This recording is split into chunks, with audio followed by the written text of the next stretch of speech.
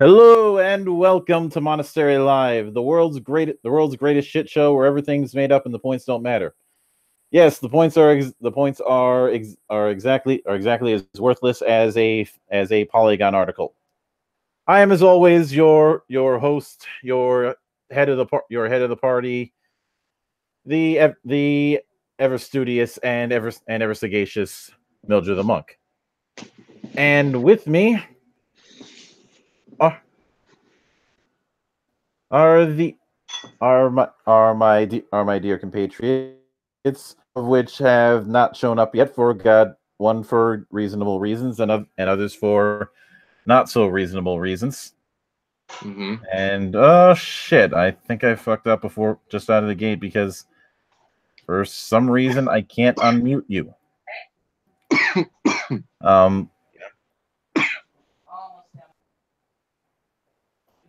Captain, could you refresh on your end?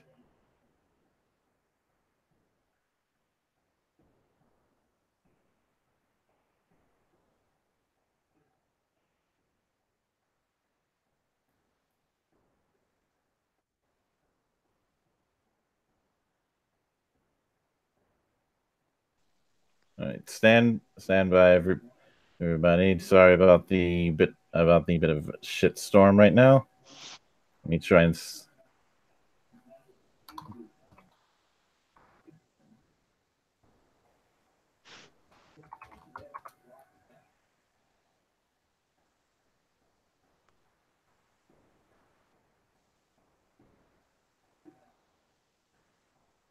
Technology, ladies and gentlemen. Welcome to the internet. There we go. Can you hear me now? Yeah, now I can hear you. There we go. Finally. Oh, all right, and same with you, Flutter. Tonight we have two people in absentia. We were supposed to have Lord Nurgle, but I have no idea where the hell he is tonight. But beyond that, Aaron is dealing with bullshit regarding Da Bears, so he's probably not going to show up until 9 o'clock. Yeah, because unfortunately, football hell has begun. Well, the thing about Nurgle is that either the summoning circle is faulty or you did the spell wrong. I did not summon lemons this time. But with me, I have three of my good brothers. I have good brother Doku, our living stack of comics. I have good brother Captain Carbine, the eye of evil itself. No, you're mixing up the dragon's eye with the eye of Sauron. Get it right. Dragons are evil, especially chromatic ones, and that's a red eye. Well, that depends. I know, but let me have this. And the flamboyant flutter guy himself. How's it going, everybody? How have we been enjoying the shit show so far? Good. Pretty good. All right, and hello, Mr. Captain Kirk. I see you there in the chat, and I would agree, but I don't get any sleep anyways, so nuts to that. I always think that a week is going to be slow, and then I am proven wrong very, very swiftly. Yes. And this week has been no exception. So, and we've got plenty of news. We will have the main event that we were supposed to have last week. I ended up breaking one of my rules, and I dipped back into getting some news out of Bell of Lost Souls, even though they've gone in the woke brigade. But because Ian, there was not much new from Geek Native, and there wasn't a whole lot new from EN World. So I needed to get something regarding tabletop news. Okay.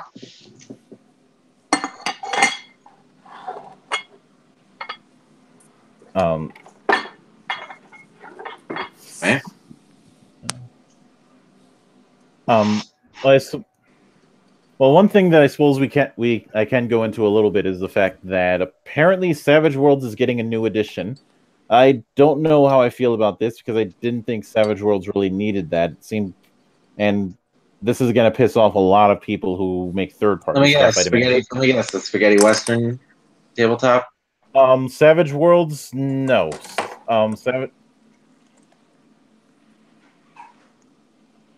Savage Worlds is a universal style RPG that comes from Pinnacle Studios, and it's won several Origins awards, and it's actually a really damn good game. All right, watch out.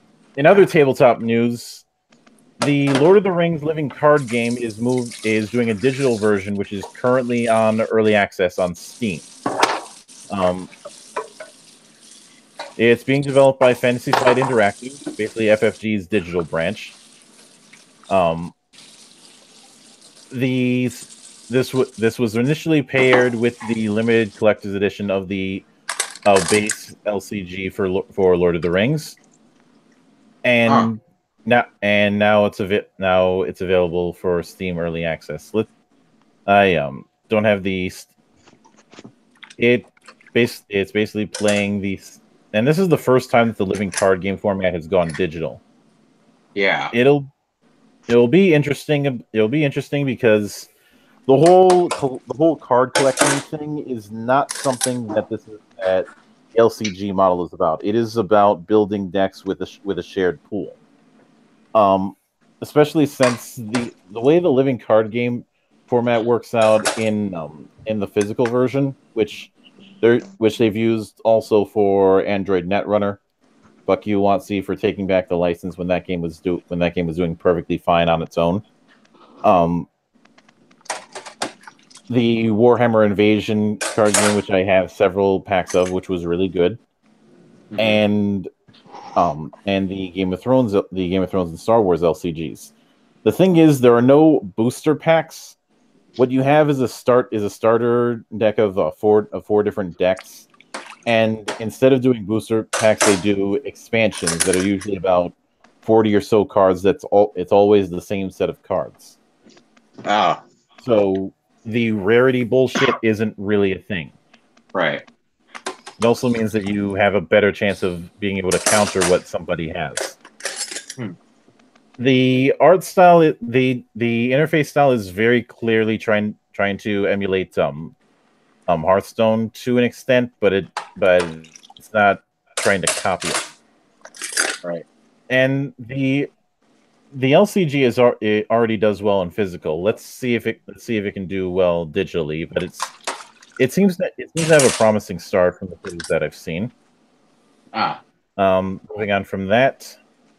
The surrounding game is now on Netflix. The surrounding game is a documentary film about Go, which, if anybody's ever played Go in their life, they'll know that even though the objective is simple, there is nothing simple about Go. Right. She already took hers. Sorry, guys, I was talking with somebody else. No worries. But it's been around for 2,500 years. And of course, the person who wrote the article had made a joke that there are now at least 2 movies about games that I know about.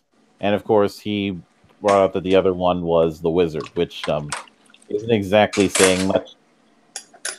And no, Ready Player One doesn't count. But the high level tournaments in Go, a game can last 16 hours and played over 2 days. Oh wow! Huh. But I think that I haven't seen the film yet, but from the description, it seems like it might be a good job of showing why Go is a big deal in Asia. Assuming that it's not accused of cultural appropriation. Right. And of course, there was that anime some years back called Hikaru no Go, but that's another matter entirely. All right. know people are hesitant about crowdfunding when it comes to games, but when it comes to tabletop, there's a significantly better track record. So I do feel it's worth noting. A Maho Shoujo RPG called Domina Magica is in development with with a $25 pledge getting you a PDF version of the game, and $50 gets you the hardback and the PDF. Excuse me. One of the guys who's working on it is also working on Burn Bright, the Roll20 original game. Right. And it looks like they're doing stretch goals to try and have other genres covered. I'll keep an eye on this. I'm not seeing a whole lot of any sort of grandstanding, but we'll see how this will play out. Mm-hmm.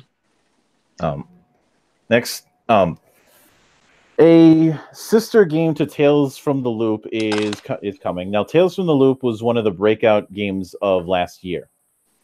It was developed by Free League Publishing. It got a bunch of wins at the Ennies, although considering the state of End World, take that with a grain of salt. The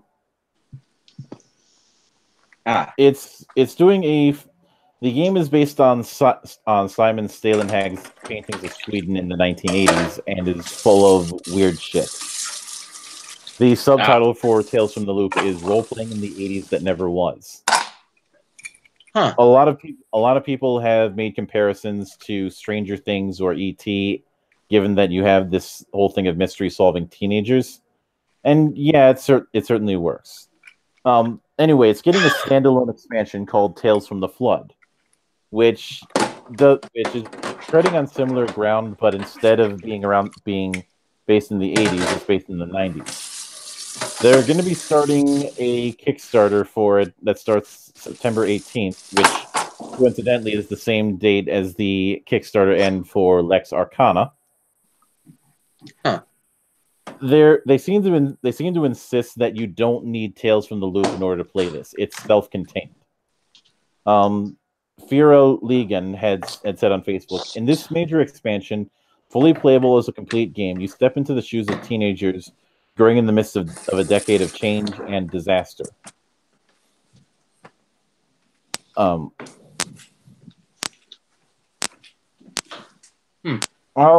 be keeping an eye out to see how that'll work. Next, speaking of crowdfunding, did you close the door? Oh, right. Speaking of crowdfunding, the developers of the Ninth Age, which is basically Warhammer Fantasy Battle 9th edition in all but name.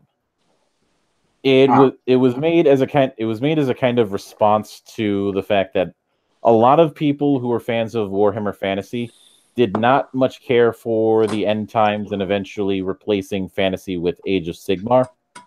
And this is a nice it improves on the old 8th edition rules and does its own thing, and also the PDFs are completely free.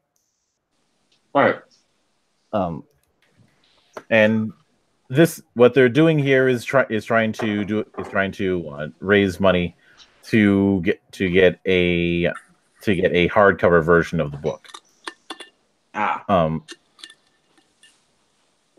Apparently, sometime this fall, this will coincide with the golden edition of the PDF that's going to be on their website. I've run a few games of Ninth Age. It's actually a fairly solid thing. If I ever get the chance, I would like to contact Arch and ask him what he thinks about it, because while I do like miniature war games, I'm not exactly the expert. How much should I put into it? Let's see. Next, THQ Nordic is acquiring the Kingdoms of Amalur IP and other 38 Studios assets from Electronic Arts and from the state of Rhode Island. This comes from One Angry Gamer saying, THQ Nordic is looking to pick up games that were once special to gamers, even if those titles were underperforming at the time. The publisher plans to bring them to life with other games that they also develop and publish. One of the many games acquired by THQ Nordic is 38 Studios' Kingdoms of Amalur and the company's other assets. If you don't know, Kingdoms of Amalur came out in early 2012 and is an action RPG for PC, PS3, and Xbox 360. The game was developed by Big Huge Games and 38 Studios and published by EA. Fast forward to September 2018, and THQ Nordic has acquired the IP and is living up to their investor relation page that details what the company is all about. Well, THQ Nordic acquires, develops, and publishes PC and console games for the global games market. The core business model consists of acquiring established but currently underperforming franchises and successfully refining them. And if I remember correctly, wasn't Kingdoms of Amalur the game made by Kurt Schilling? Yeah. Yep. And if they can get him back on, that'll be just as nice. The above information regarding the acquisition of Kingdoms of Amalur IP and other 38 Studios assets, which includes the abandoned MMO RPG project Copernicus, was discussed on THQ Nordic's Twitter. An investor relation page notes that the core they've already gone over that. The last IPs THQ Nordic acquired a month ago was the Time Splitters franchise and Second Sight from Free Radical. It'll be interesting to see what THQ Nordic will do with these IPs and if they have other dev teams that will bring these now dead titles to life. Now, I will freely admit I liked Kingdoms of Amalur. It was basically the better Fable game that the Fable team couldn't put out because Peter Molyneux was an idiot. Well, for me, Kingdom of Amalur was all right, but they could have improved in certain areas, especially gameplay wise, like when it came to certain quests and in certain cases combat. But it was a good start. It was a good start of something that could have been better with more iterations of the game. Yeah. And given how for the longest time I thought we weren't going to see a third Darksiders, and now we are. So maybe they'll be able to do some sort of follow up. I'd advise against doing the Copernicus MMO because of the amount of attention that MMOs demand. I don't have anything against the genre, but this is just speaking in practicality. There's also the fact that EA really dropped the ball with that demo that was very, very badly coded. I remember either Schilling or somebody else did not like the fact that demo was put out with an earlier build of the game without EA telling him. I distinctly remember him ranting about that. Let's see. Next, the Surge is apparently that attempt to do Sci-Fi Souls from last year is doing a DLC called The Good, the Bad, and the Augmented. The Good and the Bad and the what? The Good, the Bad, and the Augmented.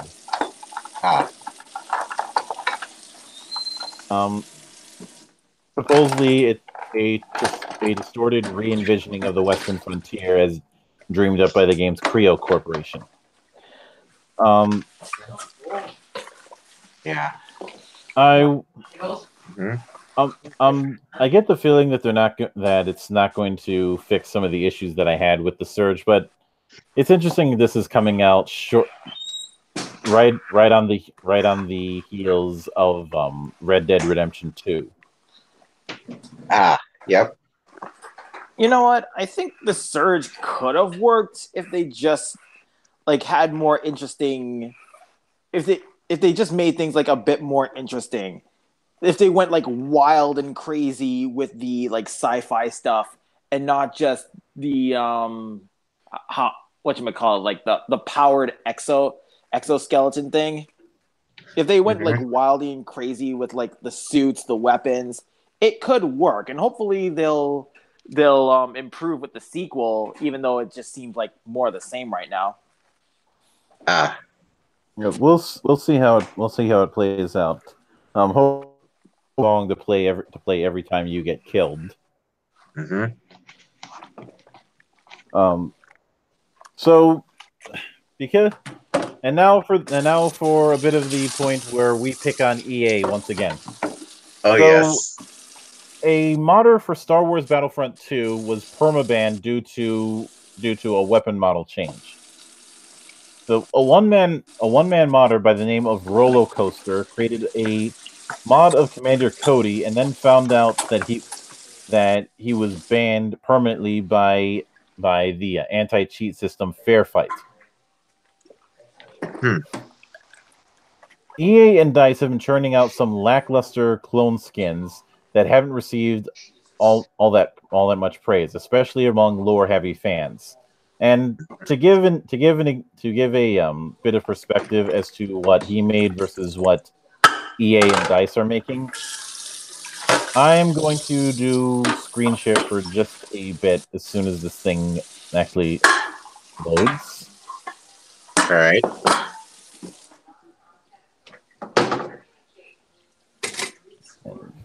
So,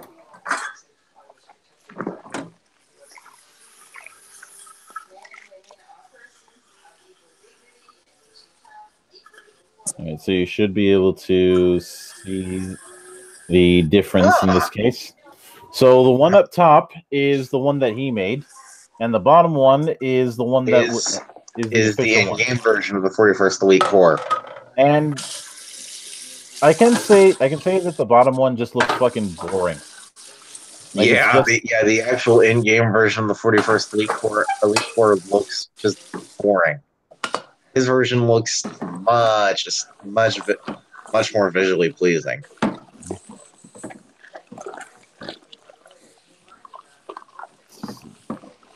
combating this situation comes the work of lone modder Roller Coaster.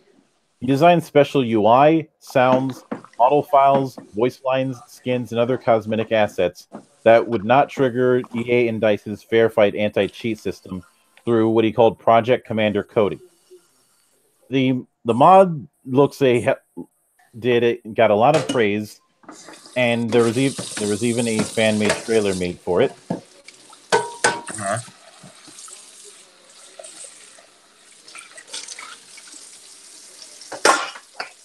And goes, after putting DICE developers to shame with his Commander Cody skin, the modder paid an unfortunate price with the above mod.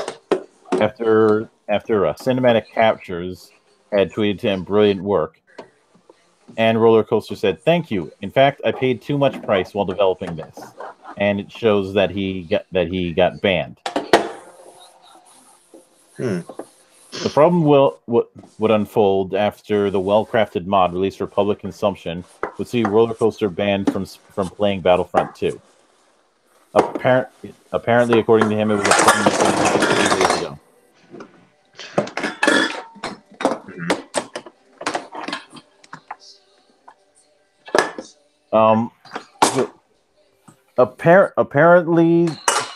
Apparently the reason why is because it was one of the hero weapons that was modded.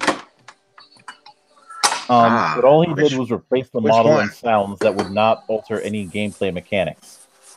Huh. What was This the hero isn't weapon in question? basically the primary weapon. Look, all that was done was just changing the texture. It's just a texture mod. Mm-hmm. It's not like you replaced one weapon with another or anything like that. Yeah. Apparently, it's not the first time that Fair Fight has banned people permanently for reasons. In the Like Fair Battlefield, Fight is an automated system, yeah? yeah. Well, that probably explains part of it. Yeah. According to Segment Next, in both the Battlefield 4 days and the early Battlefield 1, there were similar instances. Mm-hmm. Fortunately, in this case, the permaban hit did not sit well with various people. The largest and sometimes our Star Wars Battlefront subreddit took up for Roller Coaster and felt that EA and DICE's fair fight system is messed up. The post on the subreddit with over 1,000 people in support of him also made its way to Battlefront 2 fan Battlefront Knight, who made a video on the mod and even highlighted a user who pointed out what the system did. Nocturnal Gamer had said DICE should really give credit to them. The only credit they get is a ban. Oh, did you hear the person who made Cody got banned? Yeah, that's the reward he got. To sum up, a modder manages to do a far better job than EA, and DICE receives a lot of attention. He manages to get the mod out, but because he changed the model and sound of one hero's weapon in a closed test, he was permanently banned by a shoddy anti-cheat system. As of this writing, Roller Coaster is still banned. With all that said, if EA and DICE continue to use Fair Fight, will it impact pre-order sales and overall shipment of Battlefield 5? Because at this rate, there are people being hit for it that aren't even cheating, and people that are cheating the system can't even detect, as noted on the Battlefield forums. But see, this is why you need a system when you're like moderating anything, when you're like monitoring anything, like even in a game, like you're gonna need actual people to monitor this. And I know we're aiming for a system or even like a society in the bigger scheme of things where everything is automated, but there are just certain things that need to be manned. I'm especially looking at you, YouTube. You need to be manned, but you can't get the same quality of control that you get with an AI because an AI is not perfect. So in order to get much better service, you need to have actual moderators. You need to have actual people in place that can actually give you the quality control that you need so that stuff like this doesn't happen. Mm-hmm.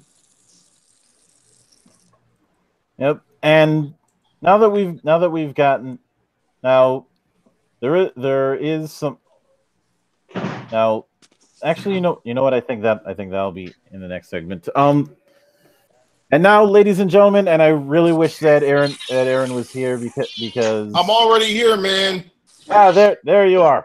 I swear to God, I am going to find Roger Goodell and kick his gym ass for scheduling a Bears game when I'm about to leave for work. Also, speak of the devil and thou shall appear.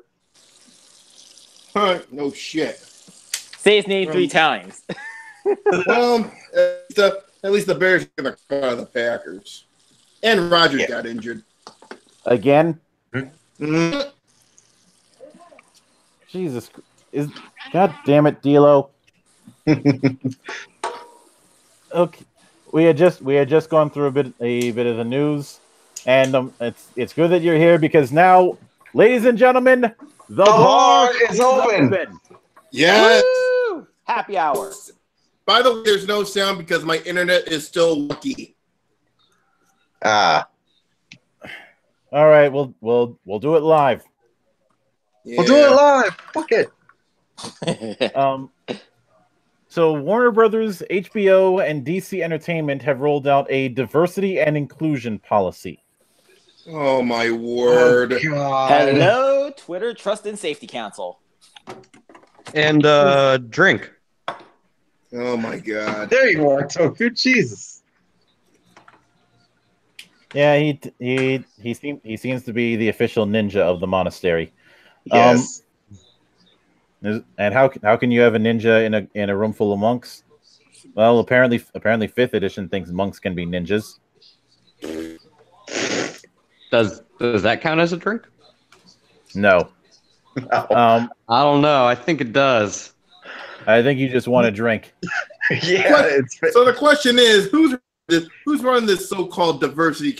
Who's the so-called diversity commissar in this one? Okay, I wonder let's see who what they hire. let's see what we've got. It says more companies are adopting a diversity and inclusion policy. This time, Adopting or being forced to take it. tomato.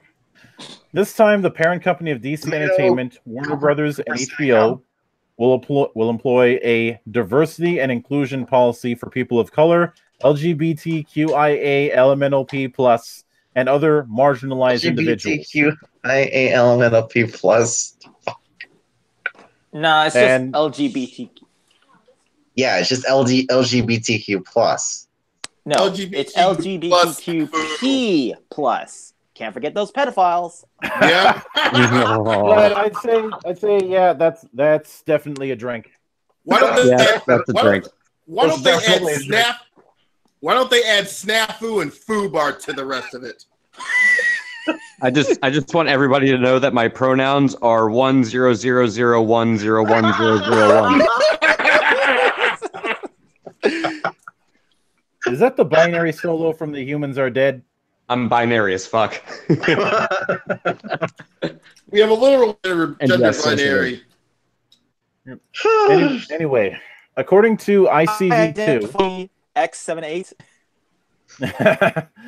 according to ICV2, the site is reporting that Warner Media will utilize the new diversity and inclusion policy for upcoming projects when it comes to hiring, creating stories, and giving voice to underrepresented, quote-unquote, groups. So in other words, the movies are going to be shit.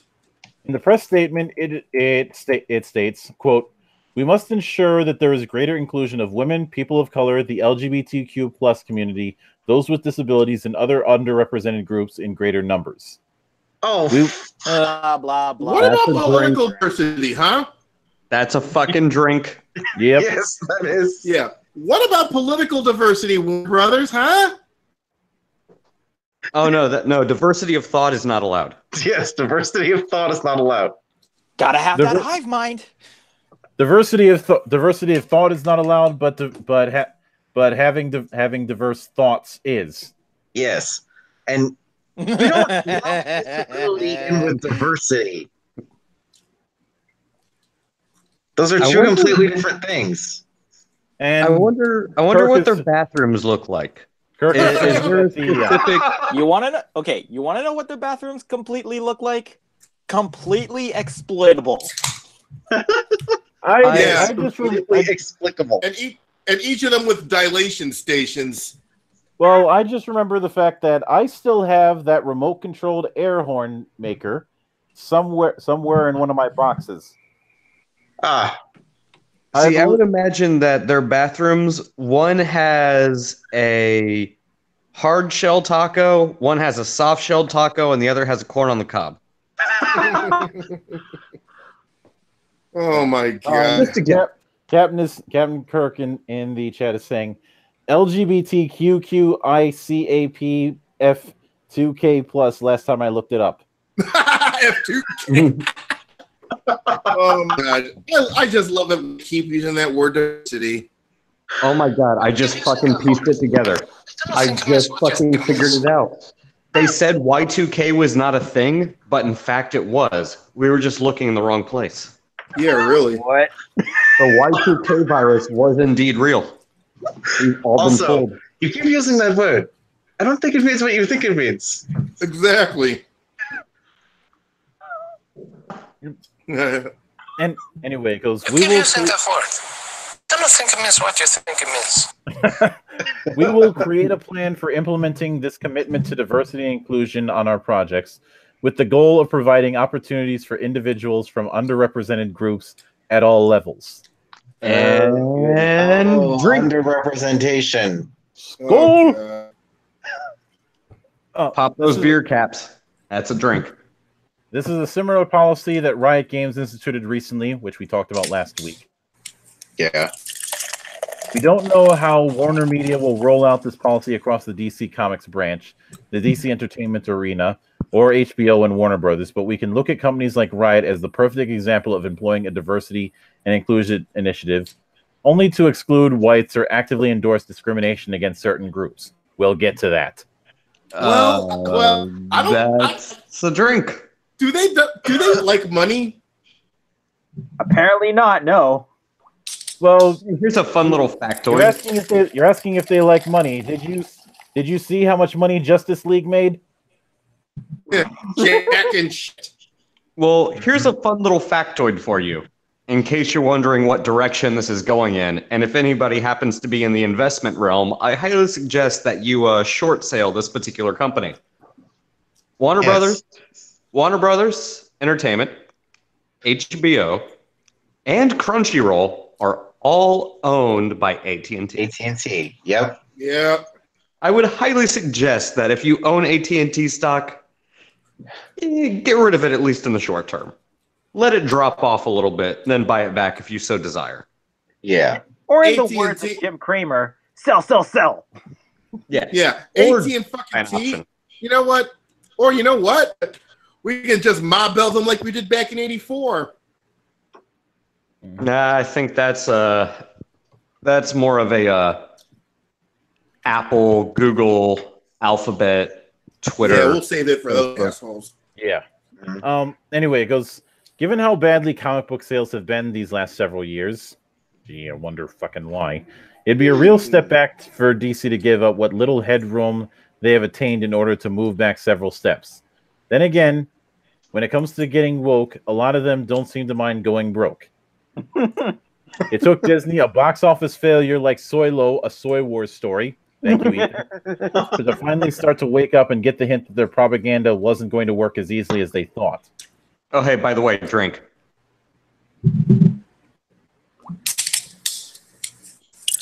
Okay, I'm set. Okay. A good string of words. A good string of words, but it's still a drink. Yes. Also, I am sending. Also, Mildred just saw one of your most recent tweets. I am sending this to the group. This needs to be seen. Oh, good God. What is this? This is actually a the thing in one about baby chest books. feeding. Chest feeding. Yes, apparently chest feeding is a gender-neutral term used by some trans men and gender non-conforming individuals for nursing their babies. Anybody who does that unironically should have child protection called on them. Exactly. Can you repeat that for me real quick? Because my brain just hit a fucking brick wall. Have child protection called on them and be forcefully sterilized. Chest feeding is a gender-neutral term used by some trans men and gender non-conforming individuals for nursing their babies. Oh my God! What? I don't even know what to think about that. What? What is going on here? Baby and Lindsay and the original poster, Lindsay Ellsworth's caption: "Baby books in 2018." Because that picture comes directly from a baby book. From a parenting book. Does this individual have a Twitter profile? Because I would love to see what the bio is. We go to Mildred to find the subtweet.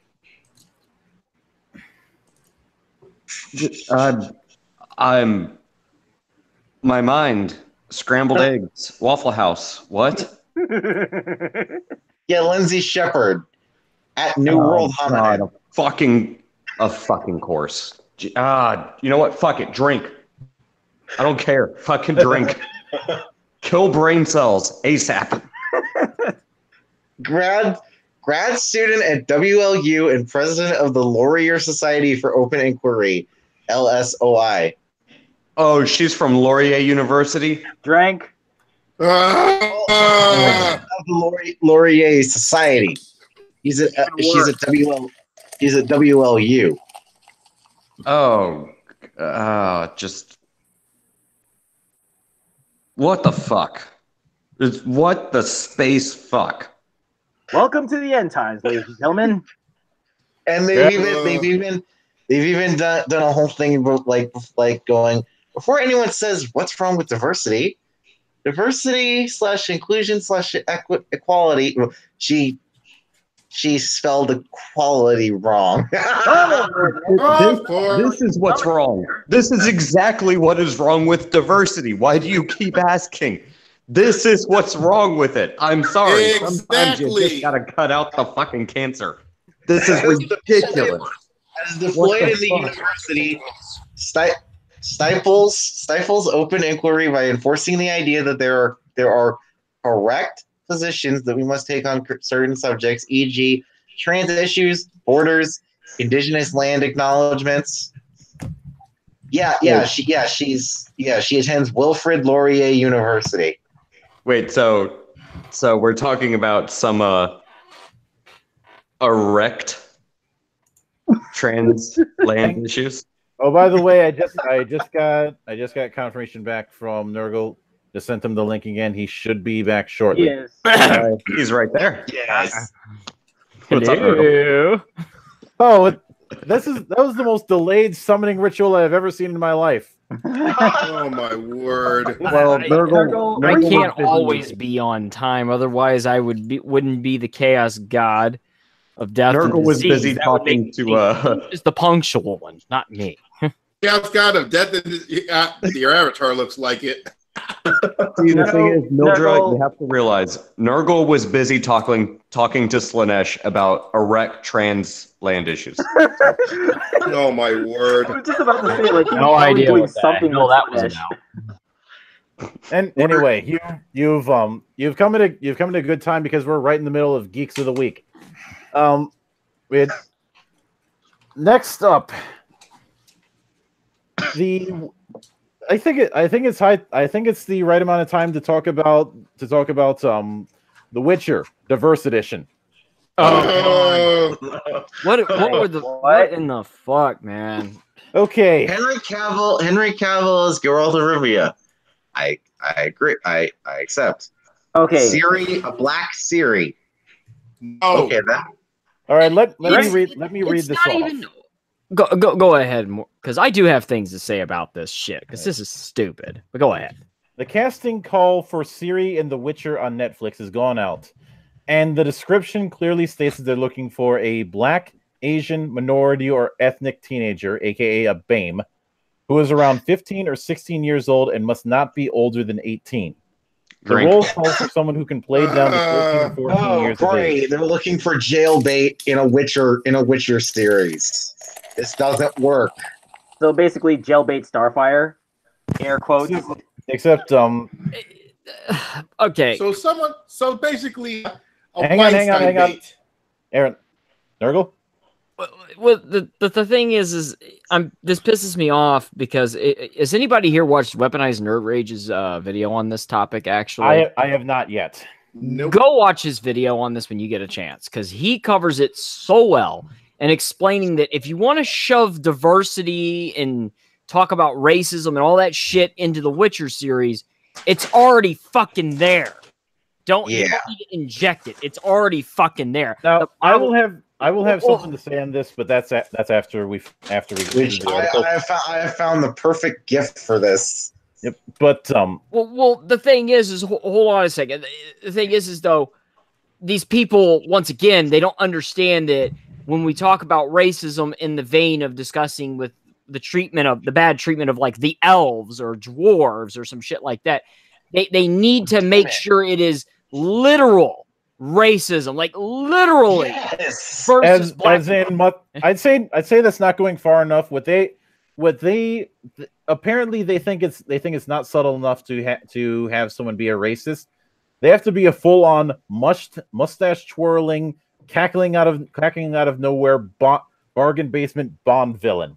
Yeah. No. Well, What they're looking for is a Willie Lynch. That's what they're basically looking for. Well, and then brings my next fucking question about the Witcher series is that the one thing that they kept bitching about the games, going, well, the game is too racist because of all the white people in it. It takes place in fucking Slavic mythology. Yes. In a time frame where there was no fucking black people present in the area. And if they were either slaves, owned by some rich asshole traveling through the area, or they were people that were literally traveling through the area. The excuse that I often hear about is the Moors, which were a group of Muslims that did live in Europe at one point. Except there's two problems with that. One, most of the Moors lived around in the area surrounding Italy. Mhm. Two, that was in a completely different era. But Well, guys, Mildred- it's Mildred, not you're their forgetting one thing. racism. Mildred, you're forgetting one thing about that.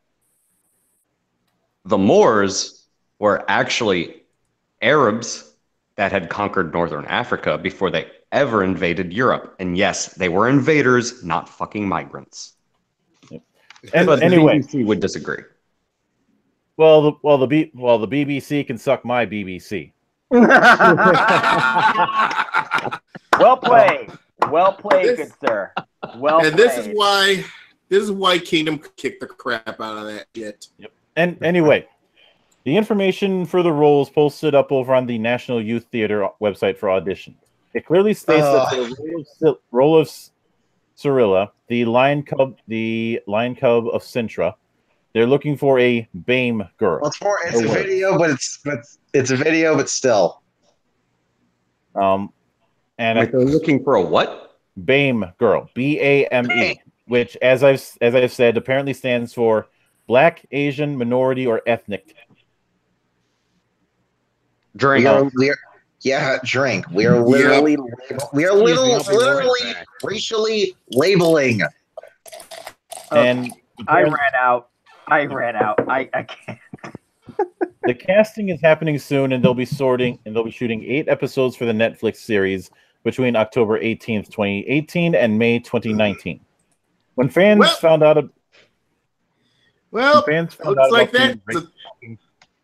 for the role of Ciri, they took their frustrations online to the Twitter account of Lauren Schmidt Hirsch, the showrunner for The Witcher.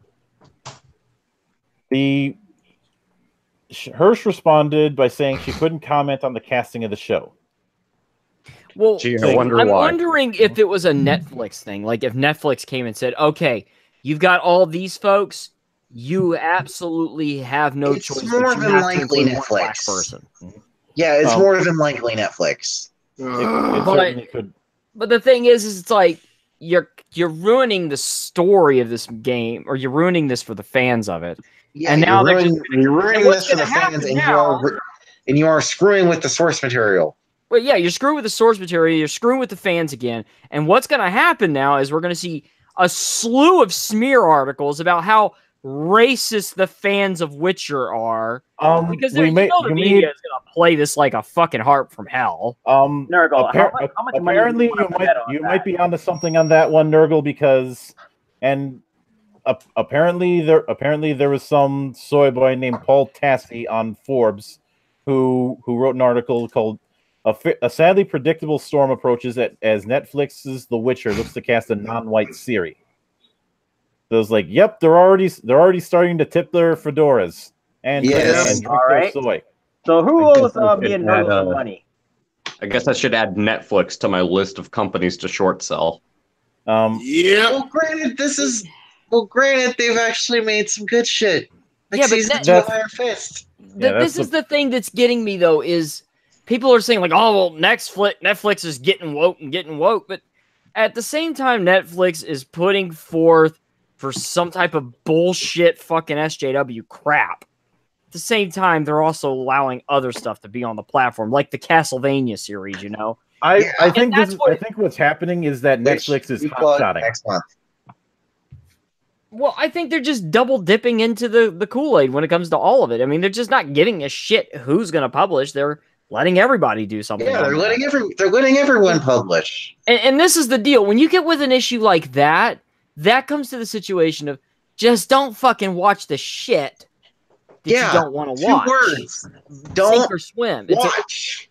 It's a platform. It's a platform just like any other platform. The shows that don't get watched, the shows that don't get the viewership, those don't get made in the future. They go away. So I mean, they get dropped. If you watch 2 episodes of The Witcher and it turns out to be hot garbage, don't fucking watch anymore. They see Exactly. Now, that. if I may continue, look, hold on. This isn't like Marvel Comics where the only way to get them to fucking stop is to just stop buying their shit altogether, so they'll lose enough money. Marvel Comics is fucked in that regard. But Netflix is one of those things where you just watch what you want to watch and don't support the garbage. That's all you got to do with there.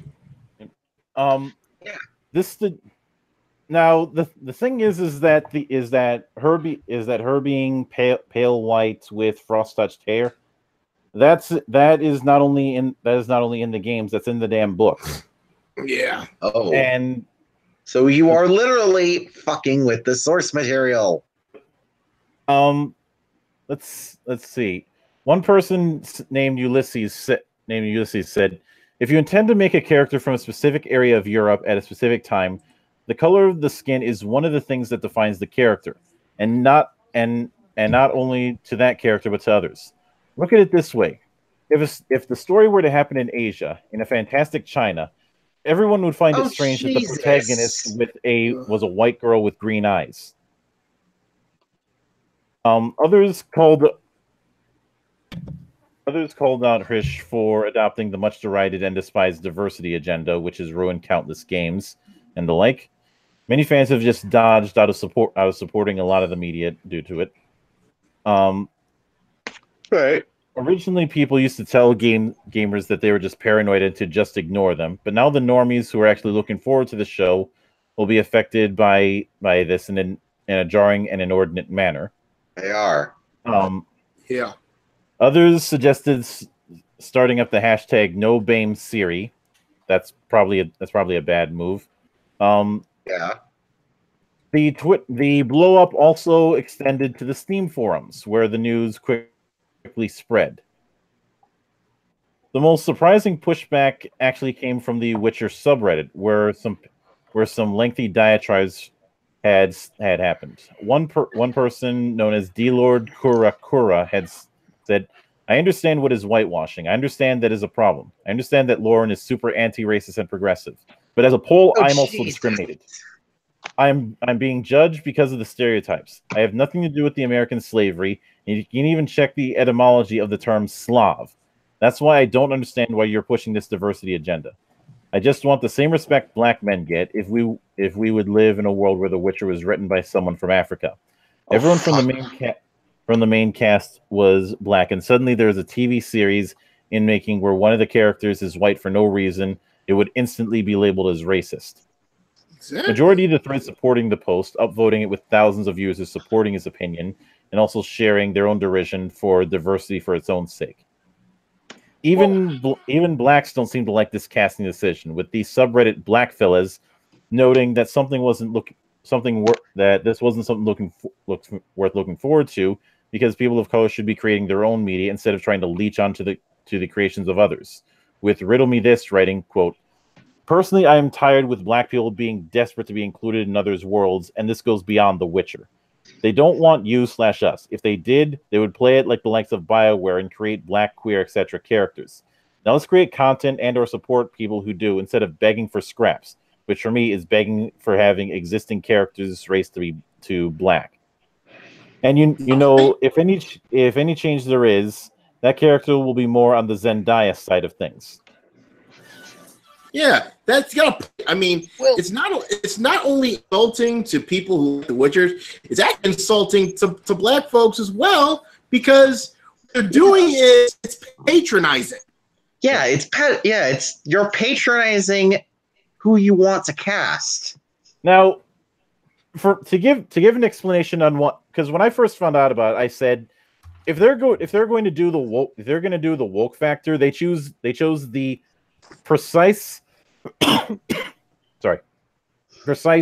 wrong entry to do this with. And there is a reason why I say this.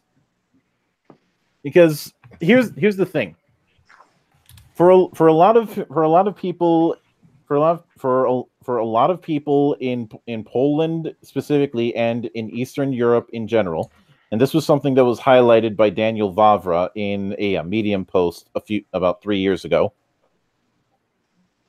A thing like The Witcher, which was a homegrown fantasy series, and thus not having any quote unquote Western propaganda because. Hey, Mildred, I gotta dip out for just a few. I may be back. I'm not sure.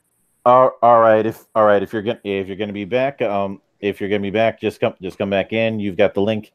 If not, just let me know in advance. All right, no problem. I'll holler at you in a bit. I'll be back. All right. Later. But because of that whole thing, a series like The Witcher is part of Poland's national identity.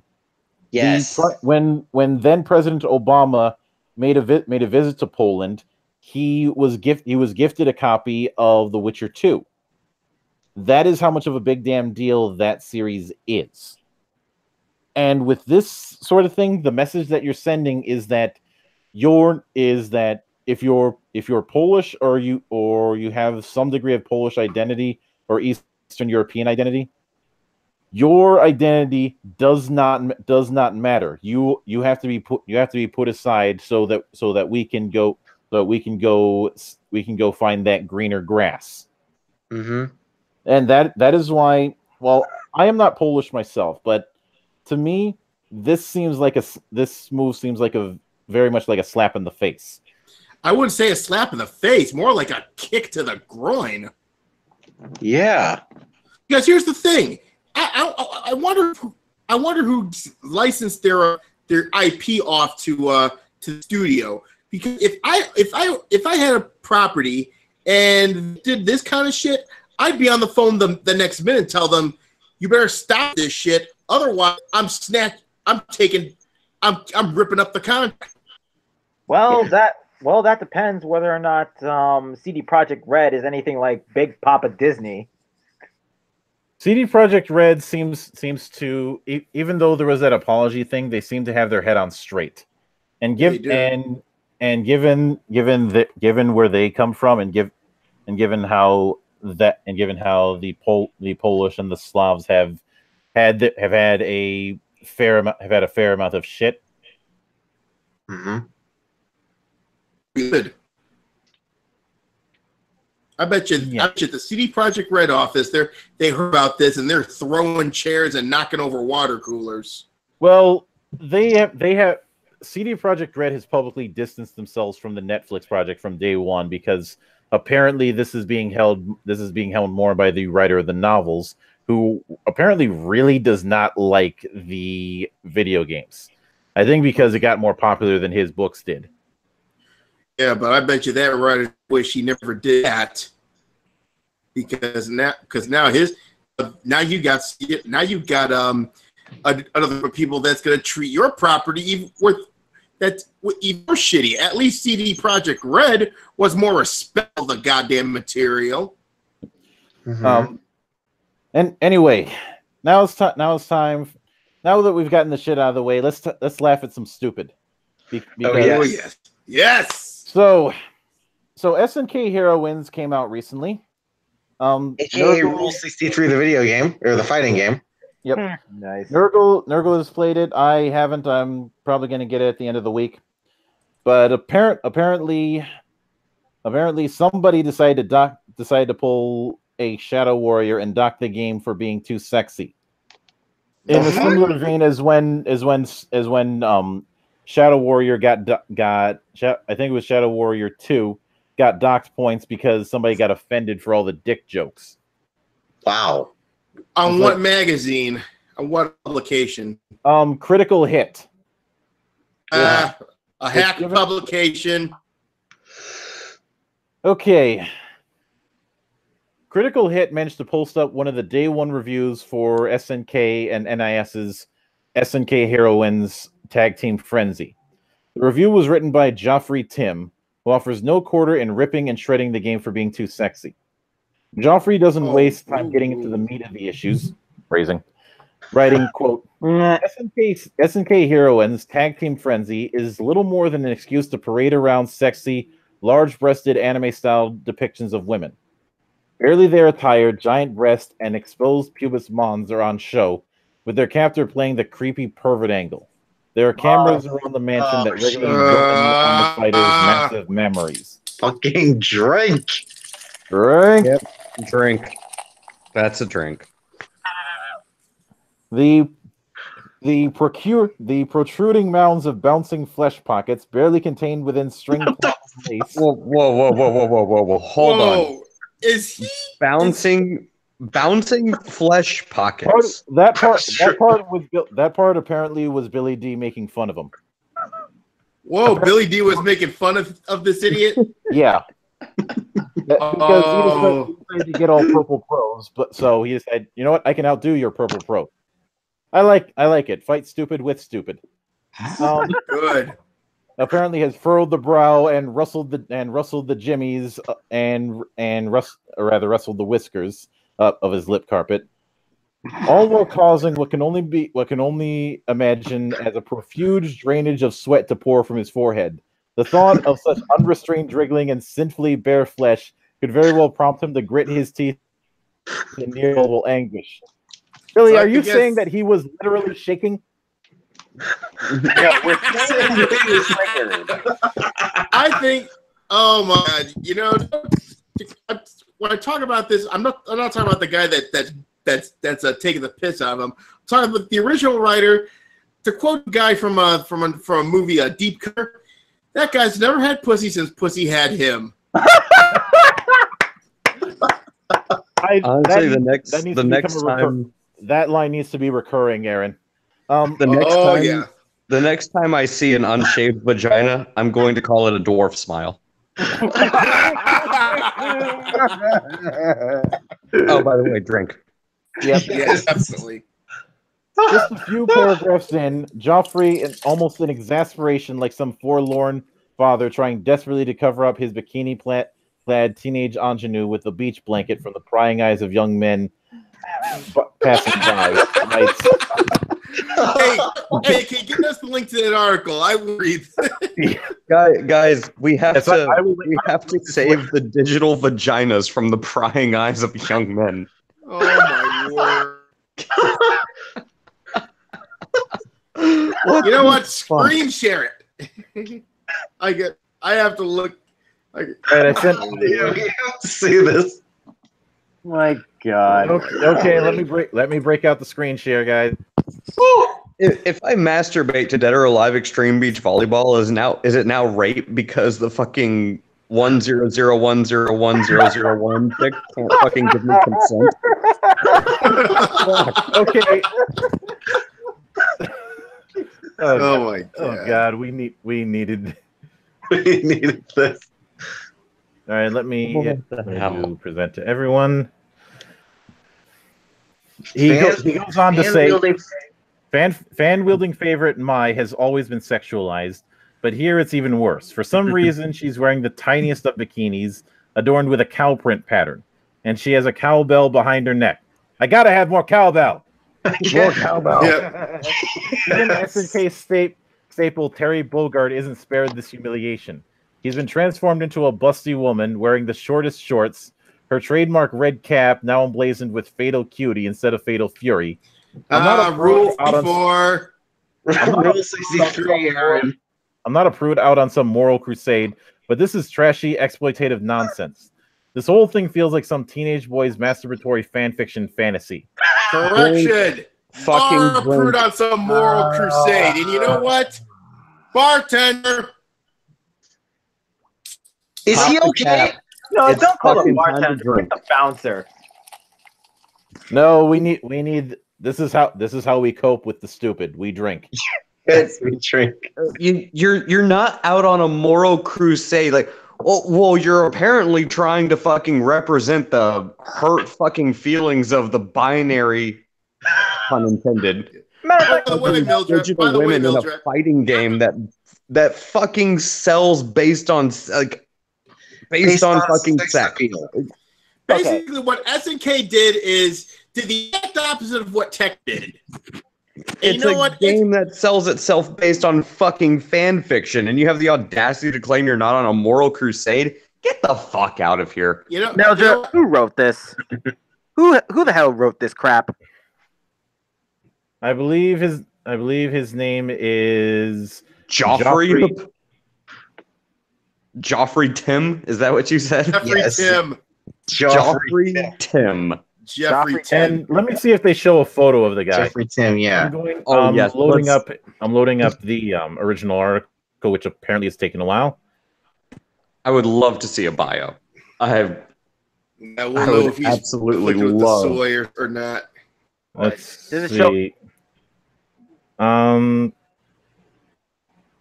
Last updated September. Try going to the top. It may be there. Joffrey Oh. Tim. Oh, there it is. Links to his Twitter. Oh, Oh yeah, editor. he looks like Jeff let us Holiday. Okay, I guarantee you, if we see any buzzwords in this Twitter bio, you know what that means. Oh yeah, First, Bartender, get ready. wobbly onion. He's shoved off. He's shoved off. Spot Yeah, evangelist. majestic. Editor, Not fun editor, at parties. Not fun Right. at parties. Editor, Right, you editor. could have fooled me there, buddy. editor, Hey, editor at hey, Jeffy boy. Critical Hit at Critical Hit Net.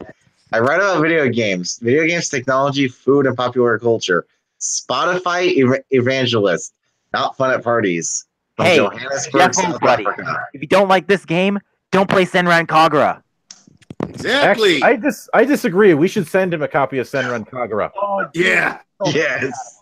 And send him a copy of Senran Kagura, duct tape him to the chair, and make him play for an hour. Actually, Hey, no. Yeah. No, Hey, the Mildred. go-to for this, After these this- kind of people, you need to send this guy a copy of Monster Girl Quest and see what Yes! kind of Pop. Send him Pop. Glorious.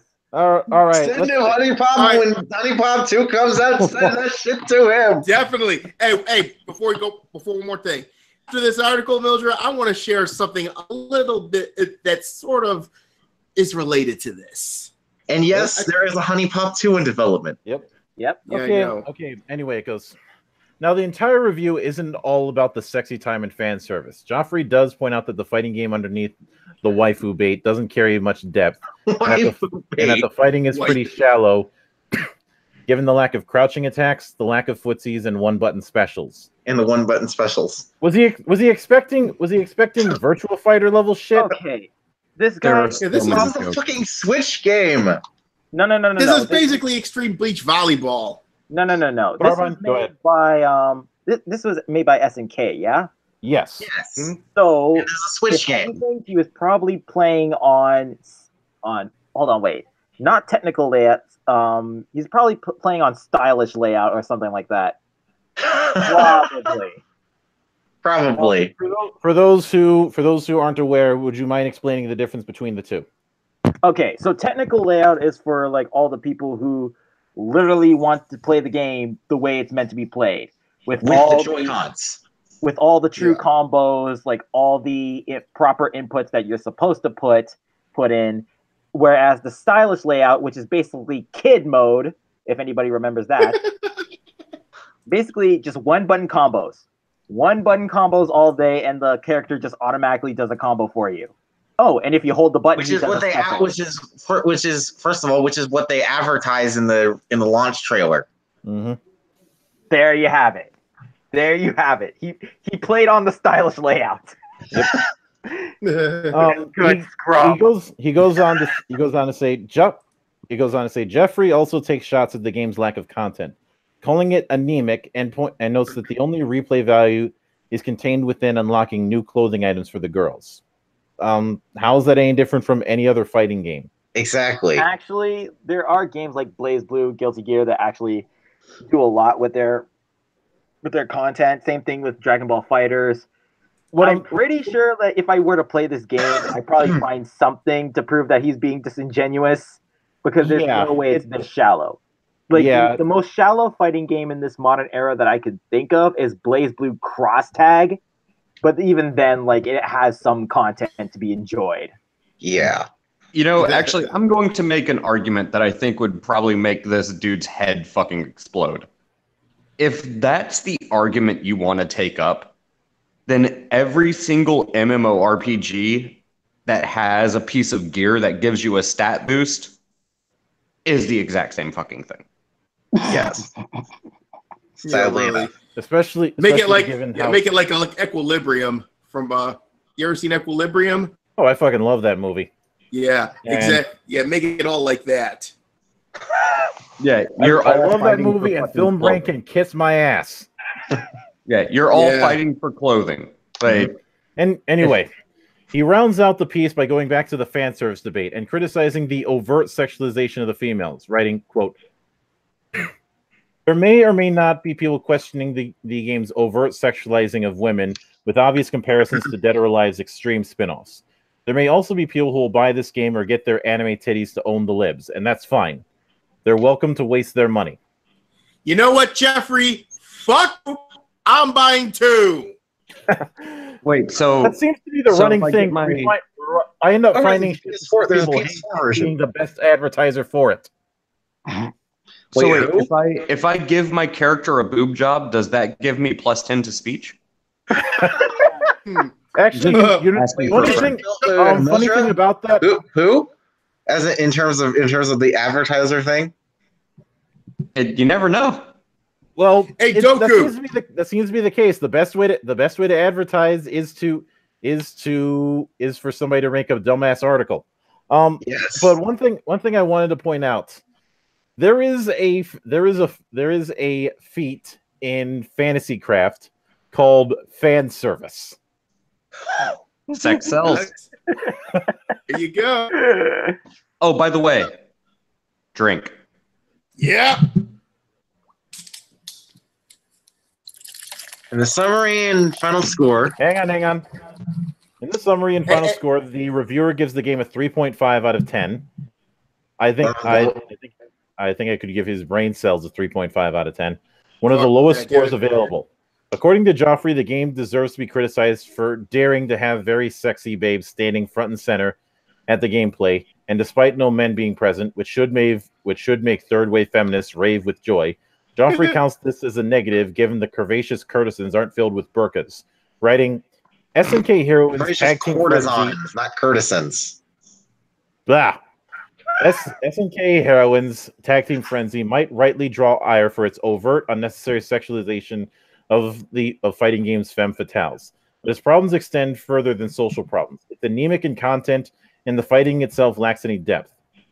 Some of the other reviewers haven't quite dogged the game as badly as Critical Hit when it comes to the fan service. But the days are still early, and a few notable sites have yet to turn in their reviews. Most people who are looking into the game shouldn't be surprised at a review like this, and likely more to come. Plus editorials decrying the game's sexiness, because we saw the same thing take place with Koei Tecmo's Dead or Alive Extreme 3, and that game didn't even release in America. Personally, I applaud the fact. When I first found out that SNK was doing this game, I thought that this was like some sort of a dare on SNK. It's like, go ahead, write your op-eds. You're gonna make us sell even more copies. Yes. I just want to point out one thing. A fighting game comprised of all females that's essentially a button smasher. I wonder what the selling point is going to be. Oh, by the way. Titties. Oh, by the way, they also turned Terry Crews into a woman. So does that make him trans now? Terry Bogart, not Terry Crews. Terry Crews. Yeah, Terry Bogart. My bad. This is the first thing for them. Also, And just for the sake of argument, drink. Yeah. Damn it. Oh my god. So, as for Jeffrey here, got one thing to say to him. $5 ass debt before I make change. Okay, you know what would make this game actually better? Is if all of the combo moves were inspired by Pornhub. You know what? You know what?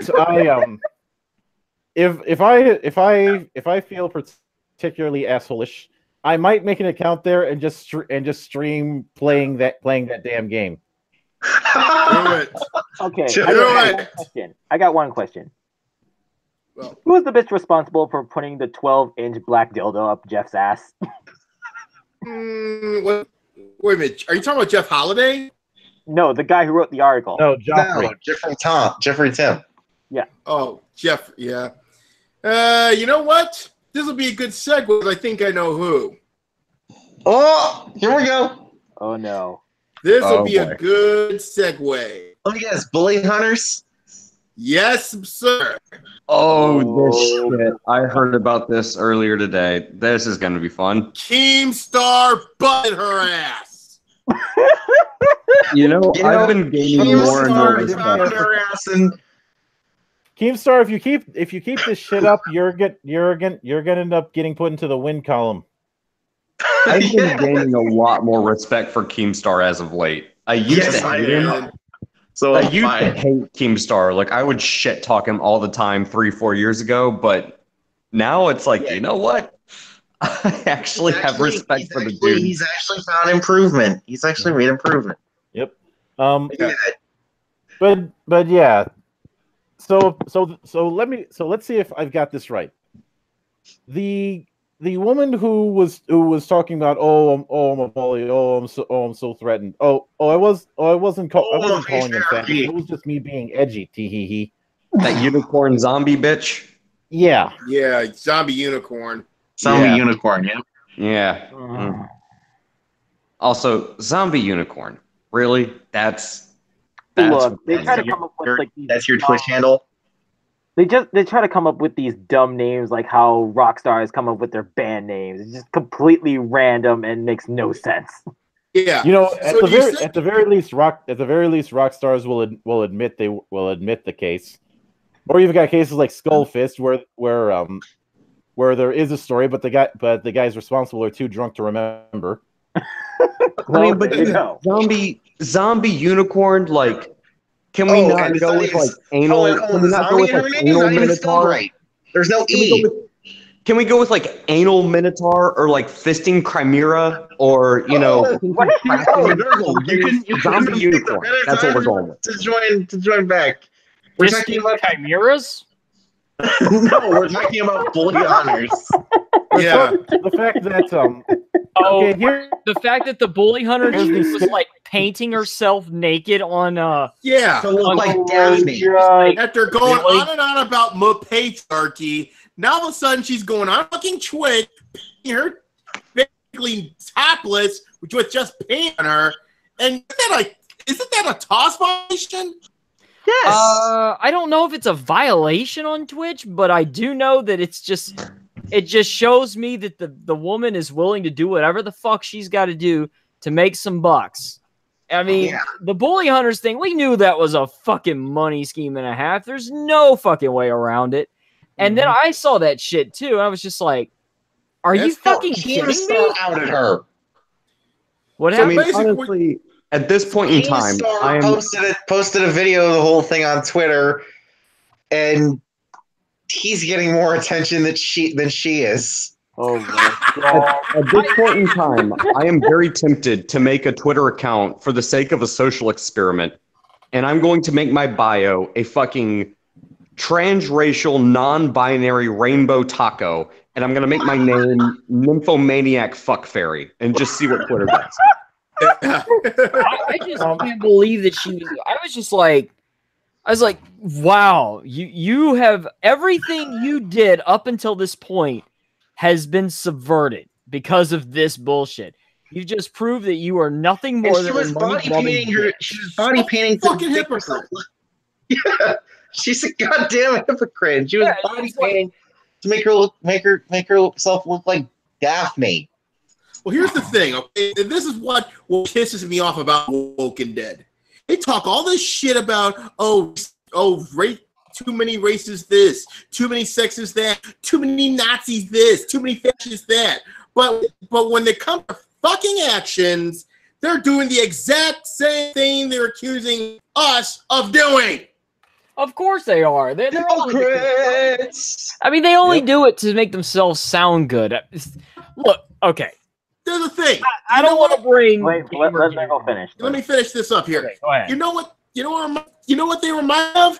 They remind me of those fucking religious assholes of the late '80s. Oh yeah, I agree.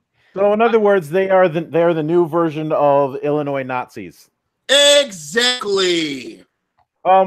Actually, it's good timing that you came back, Nurgle, because we had just gone over that review from Critical Hit that was that docked SNK heroines for being too sexy/sexist. And I'm not fucking surprised, but yeah, go on. Also claimed that the fighting game underneath all that was lacking in depth. And he gave it a 3.5 out of 10. Mm-hmm. Okay. All right. I bought this game yesterday. I got to play it finally today for a little while. Let me guess. Which version? Switch or PS4? I got the PS4 version. Ah. I thought about getting the Switch version, but I was like, I'm already on here, so fuck it. Okay. It is a 2D fighter, just like most 2D fighters, except it does throw in that randomness that Smash throws in with the items. Like you get these weird items that'll fall out and do things on the screen. And it does have, just like Smash, where, the buttons do different things. Okay, yeah. So the depth to it, it has as much depth, I would say, as a Smash Brothers game does, but it has literal fighting game mechanics. I mean, you can play footsies. It has the spacing game, which means that he was a liar because he complained that there was a lack. He was being disingenuous. There's definitely footsies in this game. Because I was just playing the CPU, and I was playing footsies with the CPU the whole fucking time. Now, what it is, okay, you have like a light attack, then you have like a medium attack, then you have one, I don't know what the other fucking attack is, and then there's like circle, and circle is like a projectile type attack, right? It's, instead of having, it's just like Smash, where all the special attacks are linked to the buttons rather than actually having like inputs, that was another thing that he apparently He complained about three things that we found out. The lack of footsies, which you've just shot down. Fucking bullshit. The lack of crouching attacks. Okay, that I kind of agree, except when you press down and circle, like that is a crouching attack. All right. And the one button specials. Yes, they do have one. That's part of the Smash style. This game is not supposed to be like playing it. A traditional fighting game. It's not a traditional fighter. It's not supposed to be like Capcom vs SNK or Street Fighter or MKX. And it's not supposed to be like that. It's basically Dead or Alive Extreme. No. I would say it's like if you took Smash and a 2D fighter and actually combined those two, you would get this. I would actually make a comparison, and this is admittedly a bit of a stretch, but the way you're talking about it reminds me of really early, like Genesis era Fatal Fury. Yeah, I mean, well, that's the thing though, is it plays like I said, it plays like a Smash game. It's a tag team title, but there, as far as it having not enough depth. I just played against the CPU, and I can tell you right now, there's definitely a meta to this game, and there's definitely some depth there. And I like it. I actually quite enjoyed it. So, Nurgle, can I ask you, like, what game modes do they have? Like, story mode, versus mode? Like, what do they got? It has a story mode. It's not exactly a great story, but it has a story mode. It has, your online modes. I actually have to look and see what's on the online section because I haven't been online with it yet. But you have a training section. You have a full-blown fucking tutorial on this entire game. You have verses, of course, and I think there's a few more things in there. But, I mean, it's a fighting game through and through. It really is. It has a couple elements from Smash thrown in there, and those elements mix it up enough. I mean, it's not like Persona Arena where you are just smashing the square button and getting like super combos out of it. Yeah. You actually still have to. Oh, the auto and that's the combo other bullshit. thing. Well, that's even, the though, other even thing. though even though I have played, Hang on. Hold on. That's the other thing. Let Nurgle finish. You have to. You have square, triangle, X, and circle that do main attacks, right? You have to actually utilize those attacks to do combos. So when you press square 3 times, yeah, it does 3 different types of attacks. You have to link it into the next series of next button attacks.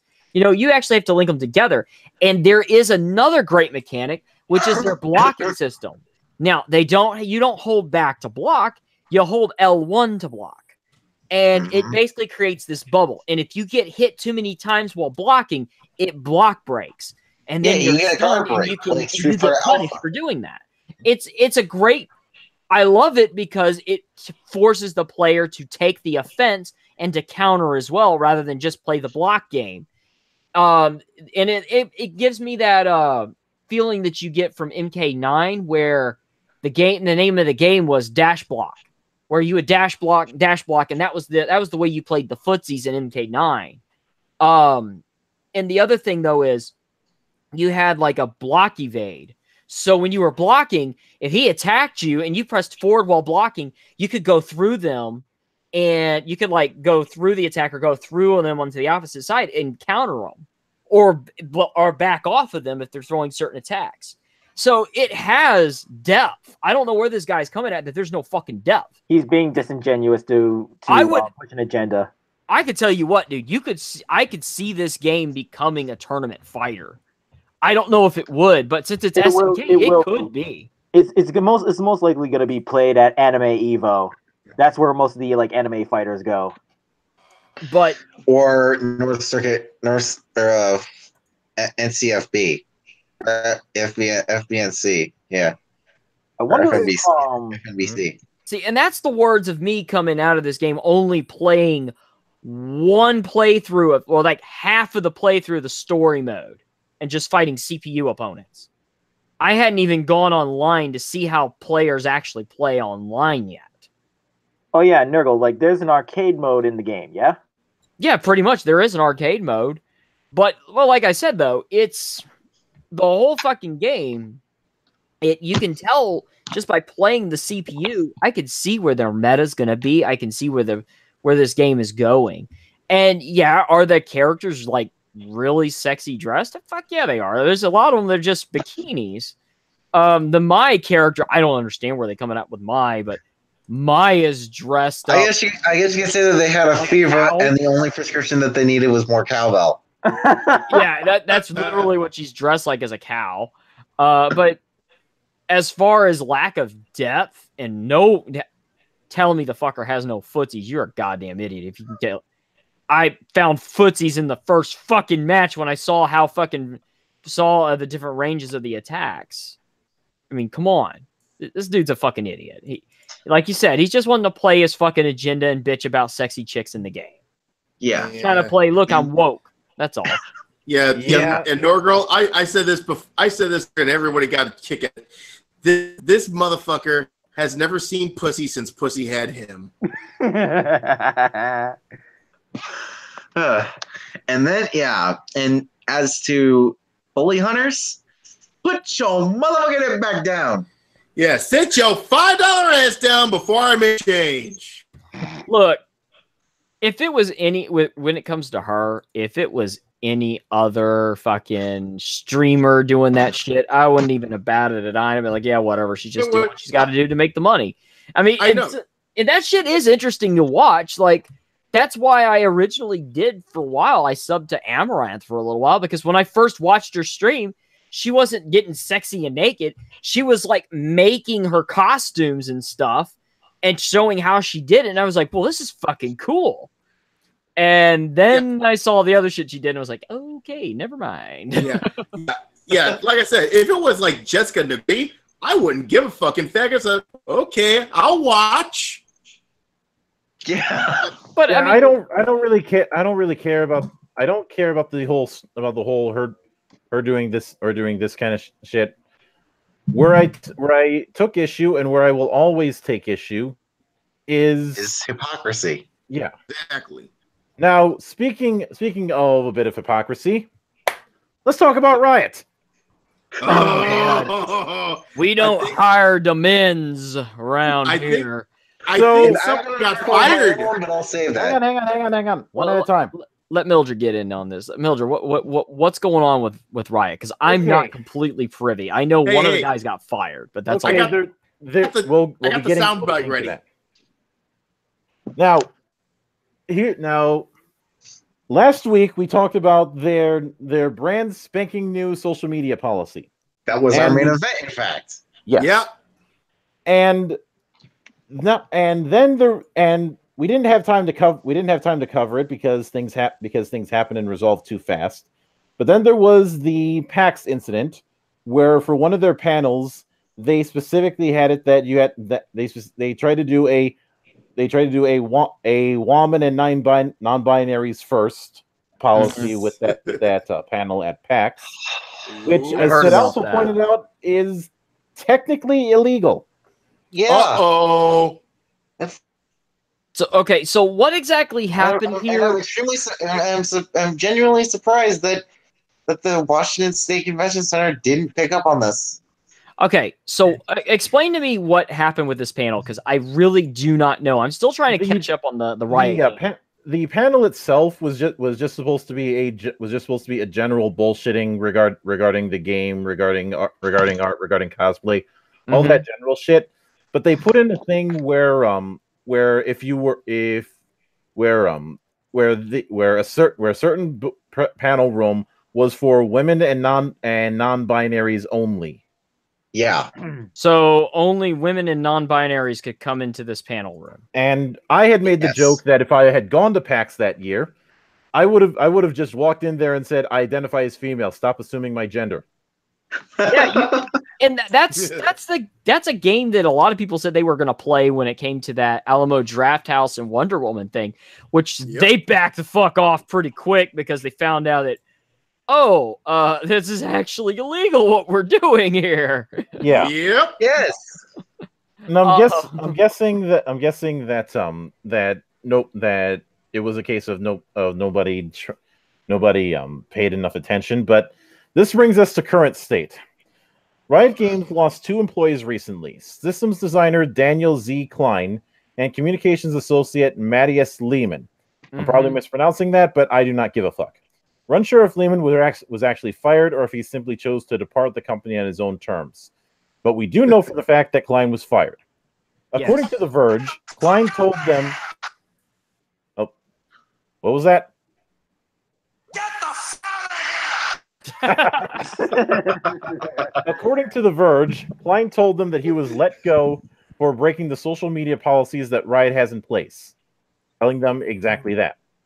For those unfamiliar with what Klein said on social media, on August 31st, the former Riot developer made a scathing rant towards the Riot Games fandom and the League of Legends players after the community made an uproar over the fact that Riot Games was hosting a series of sessions at PAX West that purposefully excluded men. The sessions were for women and non-binary folk only. Many called this out as discrimination and sexism, but Klein defended Riot's decision, stating the following on Twitter. Quote, "The reason that sexism against men," in quotes in his words, "makes no sense as a concept is that men have the power. They're privileged in so many ways, from small invisible things to large outrageous things, like a confessed abuser and harasser like Louis C.K. You just have a comeback and that's fine." Really? Okay, Bringing Louis C.K. into this? So Power Bring plus Louis C.K. into privilege this? bullshit. yeah, They're playing bullshit. yes. Basically, for those of you who don't know, the whole power plus privilege thing is just literally an excuse to justify their own prejudices. Yep. So And in not other only words, that- just blowing it out their ass. Yeah. And you know what? They're doing that, and they're pulling that shit on South Africa as well. There's power plus privilege, so we're being racist against whites. Of course, we're killing the fuck out of their families. Mhm. Yep. Anyway, he goes on to say, "Men are ridiculously overrepresented in gaming. They're listened to when women are ignored, promoted when women are passed over, lauded for speaking out when women are being called difficult to work with. Blah blah blah. We've heard Yeah, this. I imagine the same power dynamics apply to cosplay and fan events. I'm sure women are objectified and harassed both verbally and with unwanted physical contact. I'm sure they're spoken over and made to feel unwelcome at events like these. So yes, Okay. in the interest of justice, equality, and fairness, men need to be excluded sometimes. That's perfectly fine. Trust me, you'll have about 1 billion other opportunities that these women won't have. But no, you have to be absolute overgrown toddlers and throw hissy fits. Okay, you know what? He got I'm glad he fired got for fired. saying that, didn't he? Yep. Yeah, Yep. he did. Glad he did. Because he basically was saying that because he was like wasn't he was like kind of with HR or something like that, but he's basically saying the company is going to discriminate against men and they're not hiring men and they're He was a putting women systems or whatever. designer.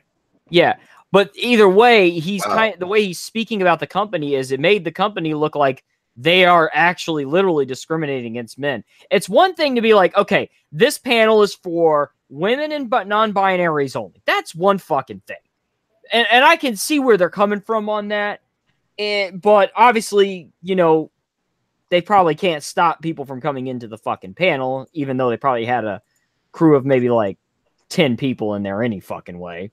But when you're on social media and you are an employee of that company and you're basically out there saying this type of shit, you're putting off to the rest of the world that you only give a fuck about, or that your company is going to purposely pass men up for positions to hire women. You're Which saying is they're saying we're gonna break law. There's nothing about it, you Nazis. Yeah, and that's basically what you're seeing there. And he deserved to get fired. And I'm glad Riot fucking fired him. I don't think Riot officially said anything about firing him either. No, they didn't. Which they shouldn't. No. They really shouldn't say a shit about it.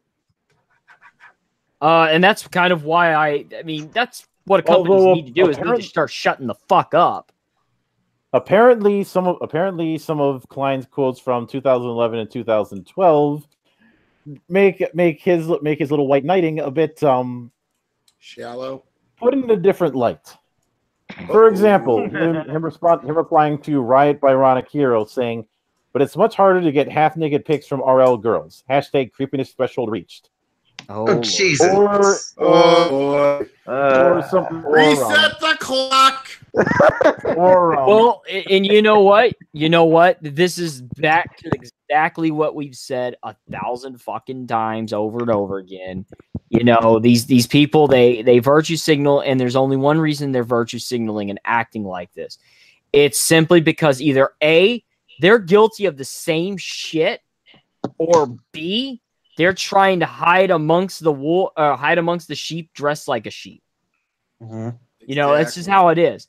People, that's what drives me insane. And like these people, they want to act like, oh, they're allies. They're allies. They're only fucking allies because they're trying to fuck you too.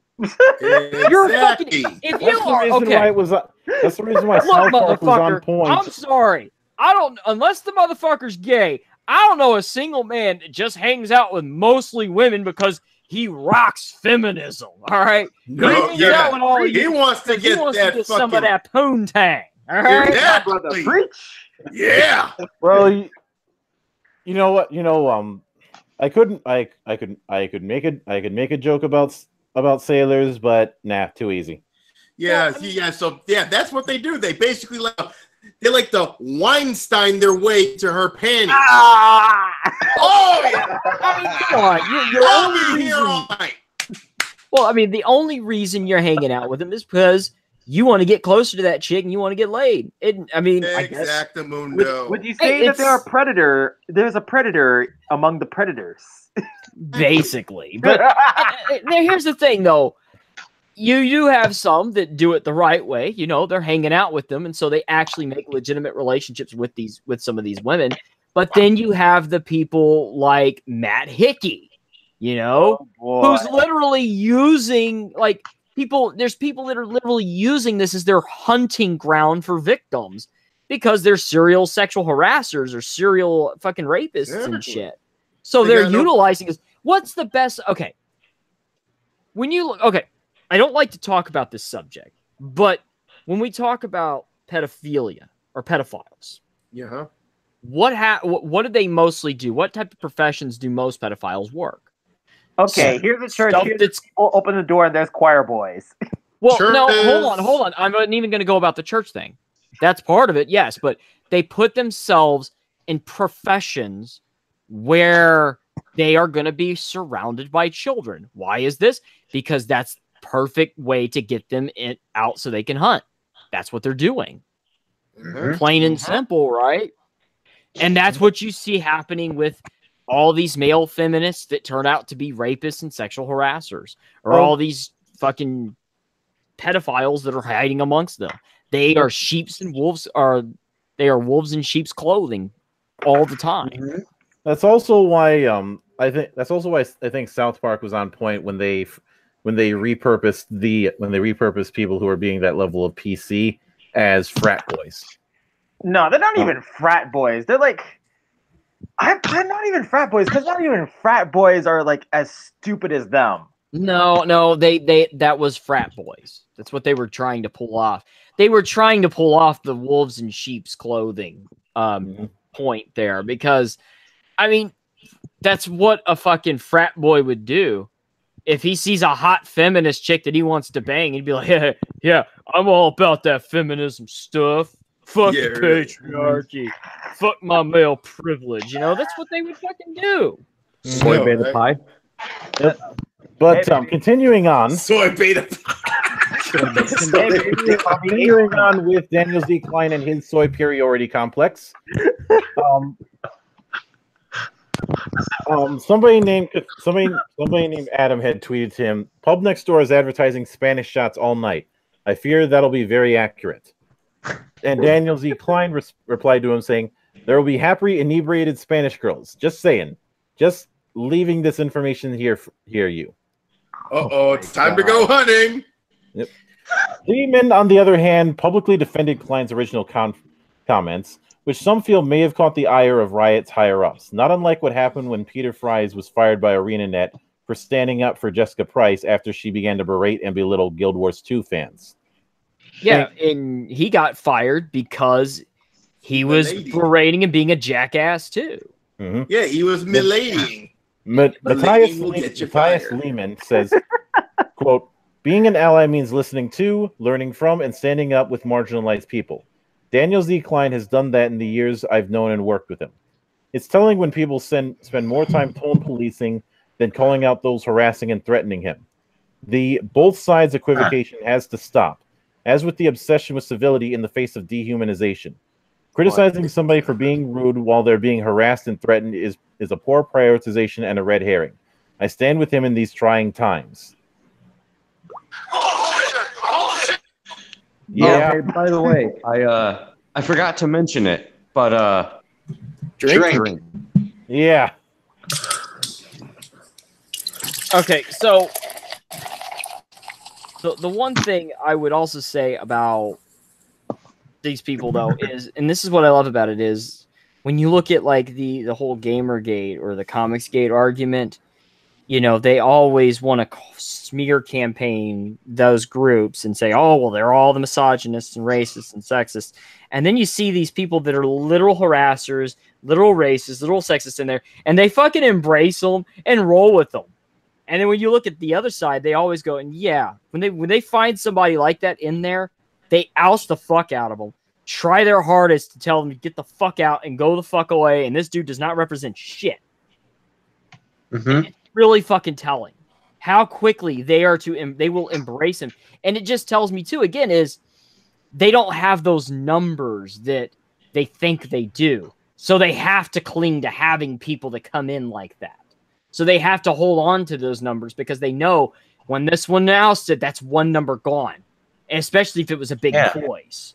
So they don't really they play themselves off like they are this large force of nature, when in reality they're nothing. They're tiny and they're small. They're just loud and obnoxious. That's it. Exactly. They're tempest in a teacup. Yeah, they're a storm in a teacup. And even Flutter's cat doesn't like them.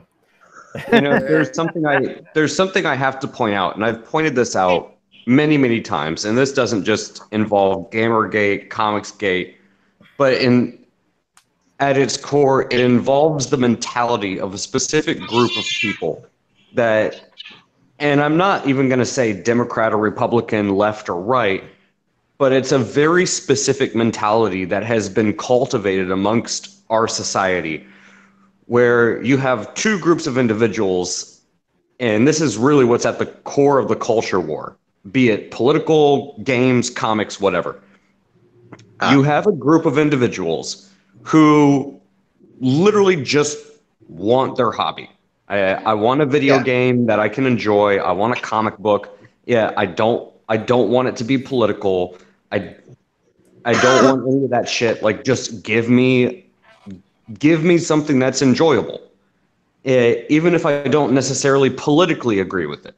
You can go all the way back into the 1950s, 1940s, the fucking 1930s, and you can find comic books that are still fucking political. With these individuals on the other end of things, I won't even say progressives because they're not. I will call them the regressives, the SJWs, the anarcho-communists, the Antifa sympathizers. The woking dead. Yeah, the woking dead.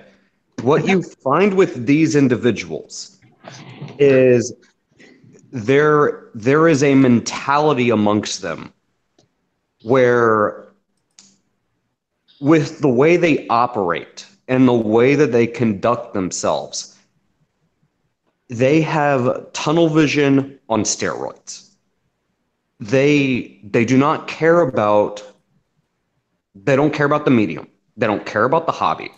As DNC would call them, they're the proverbial purse puppies. But the one thing that you can always notice that is extremely telling about them is they always focus on the projection of things that they claim to be against. Like, you're this, you're that. That's what they are. They just don't realize it, because that's the only thing they have that's shielding them from the reality that they're so fucking terrified of. That's why they need to find a safe space. It's or basically that's why they try to turn every non-contained space into a safe space. The safe space aren't like, they don't make themselves, or they're not already established unless they actually get together and make a safe space, which is quite rare when you actually think about it, which is why they have to go and invade all these different, like every single subculture that you can imagine, whether it be gaming, whether it be music, whether it be tabletop, whatever. Like every non-contained space, they have to turn into a safe space in order to infect and spread. Well, it's the thing about it is a lot of these people that, like a lot of these writers, and I've actually, oddly, I've got a video about this coming up tomorrow. But a lot of these writers, these developers, a lot of these people, especially the journalists and the movie critics and whatever, for these sites like Kotaku and Polygon or whatever, they didn't want to write for games. They didn't want to write for movie critiques. They didn't want to do anything like that. And what they wanted to do was they wanted to write these hard-hitting stories with CNN where they get to expose, the bullshit going on with Trump's administration and stuff like that, right? They wanted to write that shit, right? And the big issue is they forgot one aspect. That just because you go to fucking college and get a goddamn degree, that you're not guaranteed to get a badass job when you get out. You know what? Just to add to that, perfect example of this. When I graduated from the program that I was doing, right? Mm-hmm. Very few % of us actually got to work with TSN or work with Global or something like that. Like what? That's like 1 to like 4%. That's a very small number. And there was like, what, 40 of us in the program? Not to mention there were also like people who dropped out and stuff. So like 50% of us dropped out, so it dropped down to like 20. So you would have like 4 kids out of the entire group in that program actually making it to global, TSN, ESPN, ET, and whatever other big stations, and they have to really, really, really like what they do, or Yeah. they maybe just like the way they think, if you know what I mean. Well, and that's the thing that I'm trying And to. only just to finish, and also another thing about the media, which people don't seem to know, they're a very tight knit clique.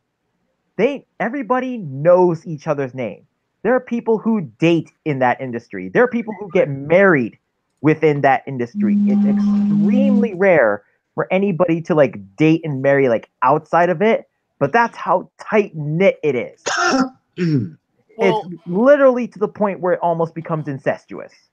Well, yeah, Wow. you're right about that. But what I was trying to get at is these people that come into this industry, that come out of college and they have to go write for Kotaku or Polygon, and that's not where they want to write. So that's why they inject their fucking politics and shit into the crap that they're doing, because they don't want to write that shit. Well, the reason why, they do that shit is because they don't understand that they have to pay their dues. And what they don't get to is when that job becomes available at, say, CNN for that awesome journalist position, you're going to go there with your portfolio and your resume, and the boss is going to look at your shit and say, I see that you started out writing in the gaming industry and writing for movies or doing, whatever, movie critiques. And from what I gather, you couldn't take your job seriously and actually write about games and movies. You wrote about politics instead. Why the fuck should I give you a job? Because you're not going to take this seriously since you didn't take those seriously. Exactly. And that's what gets me about it is it's like, okay, I understand that. Hey, and I'm not saying there's anything wrong with saying, let's take the game Spider-Man and let's write an op-ed about how gender representation is done in the op-ed. Honestly, I don't care. If you want to write an opinion piece about that, cool. Make sure you fucking label an opinion piece. Stop goddamn saying that you fucking know exactly what the developers were going for, because you fucking don't. But that's fine if you want to write those op-eds. But make sure you say it's an op-ed. If you're writing a fucking game review, I better not read in the game review, 0 out of 10, chick was too sexy in the game. Yeah, clarify and differentiate. Yeah, No, that tells. Well, hold on, and that just tells your next potential employer who looks at that portfolio and goes, "You wrote, instead of writing about said game, you talked about how annoyed you were about the politics and how annoyed you were about how sexy the character was, rather than talk about the game. I don't want you working at my publication, because what's going to happen if I tell you to go cover the recent Trump rally out down the road from here? What are you going to do? Come back and tell me about how Spider-Man is awesome? That's what that tells me. Yeah. I mean, I'll be honest with you. If somebody came to me, if I was an employer, somebody came to me with that shit, I would have said, "Nah, fuck you. Fuck you. You're not getting a job here." But here's the problem, Nurgle. Number one, guys, yeah, we have derailed way too hard. I am sorry. Okay. No worries. Just one final thing I'd like to say. There's a whole lot that I could say, and probably everybody else here could say, about the journalism industry and media in general. And that is a topic we will have to get into another night, because that topic is huge. And I have covered that topic like, 2-3 times before, and even then I wasn't done. Mm-hmm. And anyway, Riot Games also issued a statement to The Verge, explaining that the departures had no effect on Riot's current claim to be more inclusive, saying, quote, "These departures are independent from our efforts to evolve our culture. Our culture remains our top priority." I think your top priority should be bouncing your fucking game. "And we remain committed to taking the steps that we need to become a leader in diversity and inclusion." You should be becoming a leader in MOBAs and maintain that, but you're not. "We will always encourage writers to share their perspectives, unless they happen to be ones that are right-wing, I guess. And we fully support efforts by writers to further our diversity and inclusion initiatives. We are committed to making real positive change in Riot's culture, and internal advocates are a crucial part of making that happen. Oh, like how you change your entire meta every 2 weeks, you idiots. Well, I was never a big fan of MOBAs to begin with, so no skin off my nose. My son tried to ask me if he could play League of Legends today. I was like, I don't think you really want to play that. Yeah, I don't think he'll actually like it either. Out I of all think the if he wants to try a MOBA, I'll let him try Heroes of the Storm first, since I've already got that installed. If Paragon was still around, I might have been willing to suggest that. I know somebody's making a successor to that, but it's a shame that thing didn't last. I tried Paragon, couldn't get into it, and of all the times that I have played Smite with Miss Shadowpaint, Lord bless her soul, I'm sorry, but I couldn't get into Smite either. And some of my friends do love Smite. I just I can't. I couldn't get into Paragon. I played it for a little while, but the reason I just walked away from it was because I was playing with a group of friends in real life, and the problem I had with it was they kept trying to take it more and more seriously and trying to take it to that next level of being straight up competitive and everything. And that to me just kind of ruined it. So I was like, I think I was with you in one of those sessions, and I remember complaining about some of the people there. Yeah, I was like, I'm sorry, I can't play this with you guys anymore. I'm like, I love you guys, I love hanging out with you guys, but I can't fucking do this. Anyways, it goes on to say the company still never publicly addressed how excluding men from developer sessions and creative panels helps with inclusion, especially when the public act of excluding men from the public event violated multiple laws. Pendulum swing in policy came after Kotaku did an expose on the company, pointing out that it fostered a culture of sexism. That was not an expose, that was a hit piece. The company responded by apologizing and then hiring in a diversity executive, as well as instituting more diversity and inclusion initiatives. Drink. Yep. Matthias Lehman and Daniel Z. Klein have avoided making any mention about departing Riot Games on their social media accounts.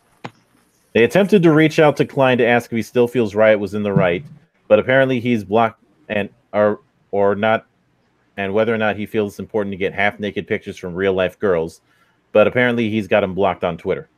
Of course he does, fucking coward. All right. Now, since unfortunately we're not done picking on EA. Because yeah. When can you actually stop picking on EA? Well, we already took a shot at. Is this about the Battlefield beta and muting DLC from the beta chat? Oh yeah, more than DLC. But we had already taken shots at them for the fact that their anti-cheating thing had permabanned somebody for making a mod. Yep. I don't know who's making their situation worse. Either Mundane Matt. Although do we really want to compare the two? I do like the word bubble that Billy D put up for the article, saying censor them all, filter all the uneducated. Reminds me of the meme. Shut it down, the Goyim no. Shut it down, the Goyim no.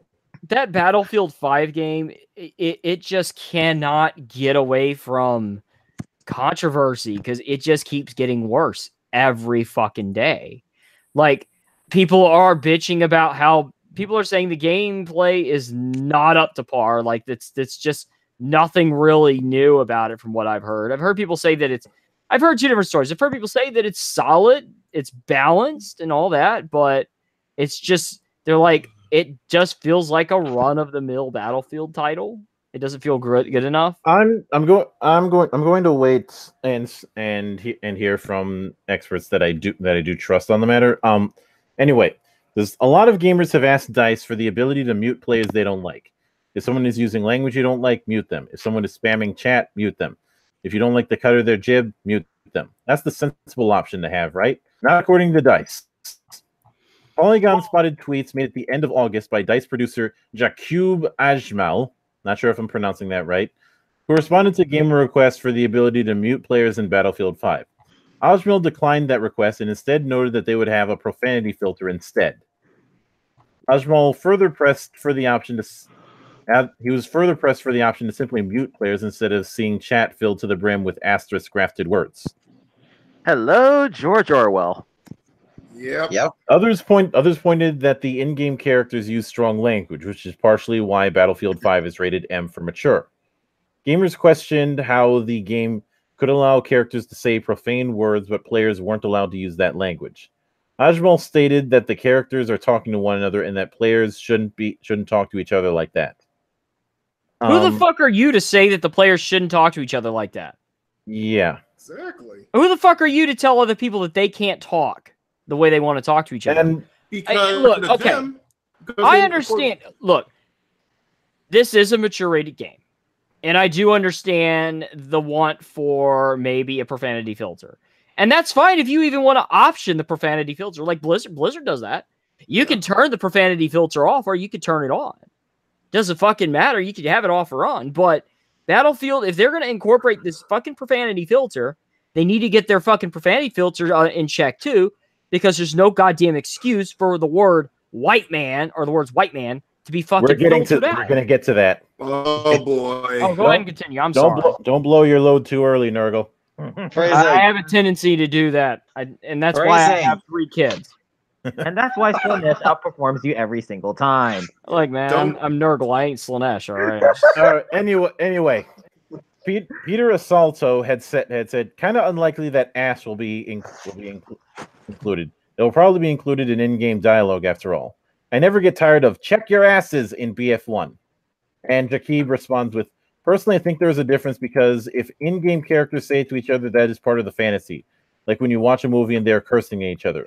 While the chat is actually in reality between players. And I don't completely agree with that, obviously. Anyways, this ain't a fucking movie. What is this? Is this a freaking PS shooter or club? Plenty of SJWs agreed with Ajmal that players shouldn't even have the option to individually mute players, and that foul language should just be muted altogether with chat. This obviously didn't sit too well with most well-adjusted human beings, but it gets worse. According to WCCF Tech, it's more than just profanity that the chat filter censors. Acronyms like DLC are also censored from chat. I knew that this was going to be talked about. The whole thing, that acronyms like DLC was censored. Yep. There's not going to be any DLC because Battlefield number sales are up shit squeak. Yeah. Although it gets interesting, and hang on. Excuse me, I'll be right back. The news began to spread after various gamers made posts about it on Reddit. And then the team at WCCF Tech gave it a go as well. And noticed that typing in DLC or D space L space C or DLC in lowercase or DIC resulted in the phrase being censored. Yep, quote. Any form of the word is currently banned alongside other words like Jew, Nazi, and other terms that can be used in inflammatory and offensive ways. Why it has been placed in the same category as these words is beyond my explanation. At least an explanation that makes sense from a gamer's perspective. Okay, can we just acknowledge real quick the fact that a game about World War II is censoring the word Nazi from their chats? Yes. Oh yeah, definitely. Well, yeah. The hell. Banning people from saying DLC in chat isn't going to change anything. In fact, it's just going to create more anguish, in addition to the lack of being able to individually mute players from chat. This is just more issues compounded on the fact that a lot of people have decided to give up on the game after Patrick Sutherland called critics and gamers uneducated for not liking bionic women or British samurais in their World War II shooter that they expected to maintain some semblance of historical accuracy. Billy doesn't go into it, but there's one thing that some other people have brought up that's very interesting. If you type in free DLC, it doesn't get censored. Oh. Yeah, I watched Young Ya's video about this, and he said that too. He was like, that's a little, like, they were trying to play this off, apparently, like they're still working out the kinks in this system and whatever. And I'm like, that's a little too fucking specific to have not been hard-coded in there. The phrase white man and free DLC or just DLC, that's a little weird. They also won't let you name yourself white man as well as a username. Oh my Which Lord. I can kind of see why you would not allow that, but at the same time, it's like those aren't bad words. I'm sorry. Yeah. This just turns people more off from not wanting to play the game because now they feel like they're walking on eggshells to play the game. Because now they're going to walk over. Now they're going to play the game and be worried that they're going to get banned because they accidentally said the wrong word that was taken out of the context. You know? And then telling me, oh, I can't just mute individual players because of this set filter. No, that's unset. Sorry, but it is. I'm not down with that. Look, say all you want about Blizzard. They have an optional profanity filter. They have the ability to let me block and mute whoever the fuck I want to mute and block. You know, if I want to completely turn voice chat off and turn the chat off in general, I can, and I don't have to fucking worry about it. I can just play the fucking game. You know, what Battlefield is doing is trying to control, it's almost like they're trying to control every aspect of the experience. And I'm not down with that. Fuck them. Oh, I hope to God this is the worst selling Battlefield to the point where it actually hurts them this time around. Yeah, this could be and this is coming out of both their Battlefront games doing horribly, their loot box still, and now you got this shit. They're trying to control the field. They're to basically say, listen, you're gonna play our way or you get all. So you know what? People ain't gonna buy your shit. People ain't gonna buy it. They're saying and they haven't. And I'm pretty sure certain people are going to be apologetic over the matter, but the facts are the facts. Now that we've talked about one case of getting woke and going broke, let's talk about another one. Enter Dead or Alive 6. Oh God, this boy. dumpster fire. It's DOA 6. It got worse, did it? Acknowledges negative feedback, wants less extreme fan service. Yohei Shimbori is continuing to do the PR rounds. He really shouldn't. His higher ups at Koei should have his ass fired by now. Mostly sticking with pro SJW sites in order to sculpt a message that feminists can approve of. This includes continuing to say that they don't want any extreme fan service in the game, and that they want the game girls to look and move more natural and realistic. His words. Boyish, like what? Right there, being giant krakens slapping people around with an oversized tentacle. Yeah, Captain Marvel, and shall we say, Hera? By the way, speaking of which, my search continues, but of Brie Larson actually showing a facial expression. well. I think I'd have an easier time finding the Holy Grail. Well, I'm going to make this my last point because I got to get out of here because it's getting late. But I'll go ahead and say this. DOA 6 is releasing, I think, is it releasing around the same time as Soul Calibur 6? Ooh, pretty bad idea. Let me check that for you. I'm looking up Dead or Alive. Look up Soul Calibur. Okay, all right. Soul Calibur 6. March 2019. Soul Calibur's next month, actually. Okay, so wait, March. So they're not really directly competing with each other. However, out of major fighters coming out soon, Soul Calibur and Dead or Alive are the ones coming.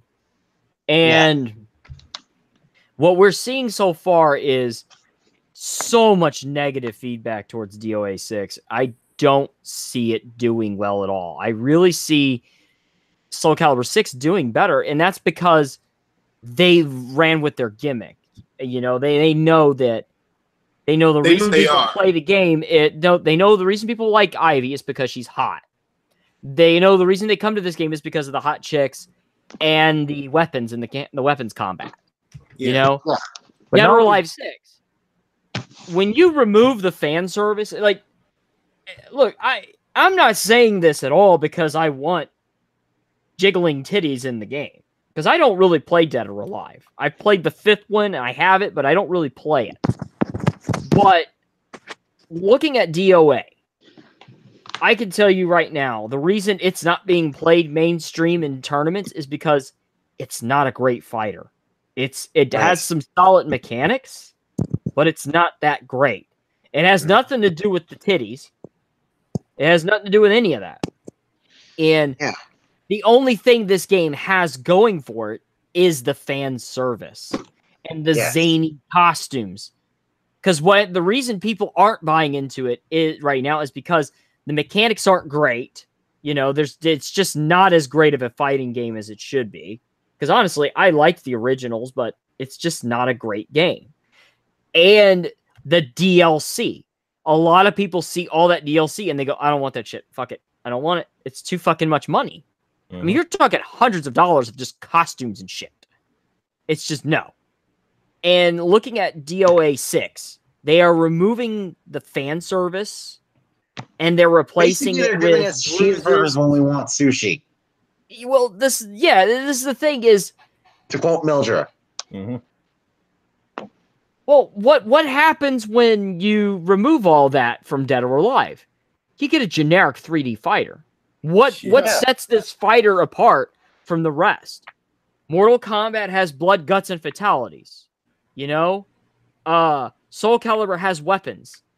Tekken is the benchmark when it comes to 3D fighters, and then Street Fighter is the benchmark when it comes to 2D fighters.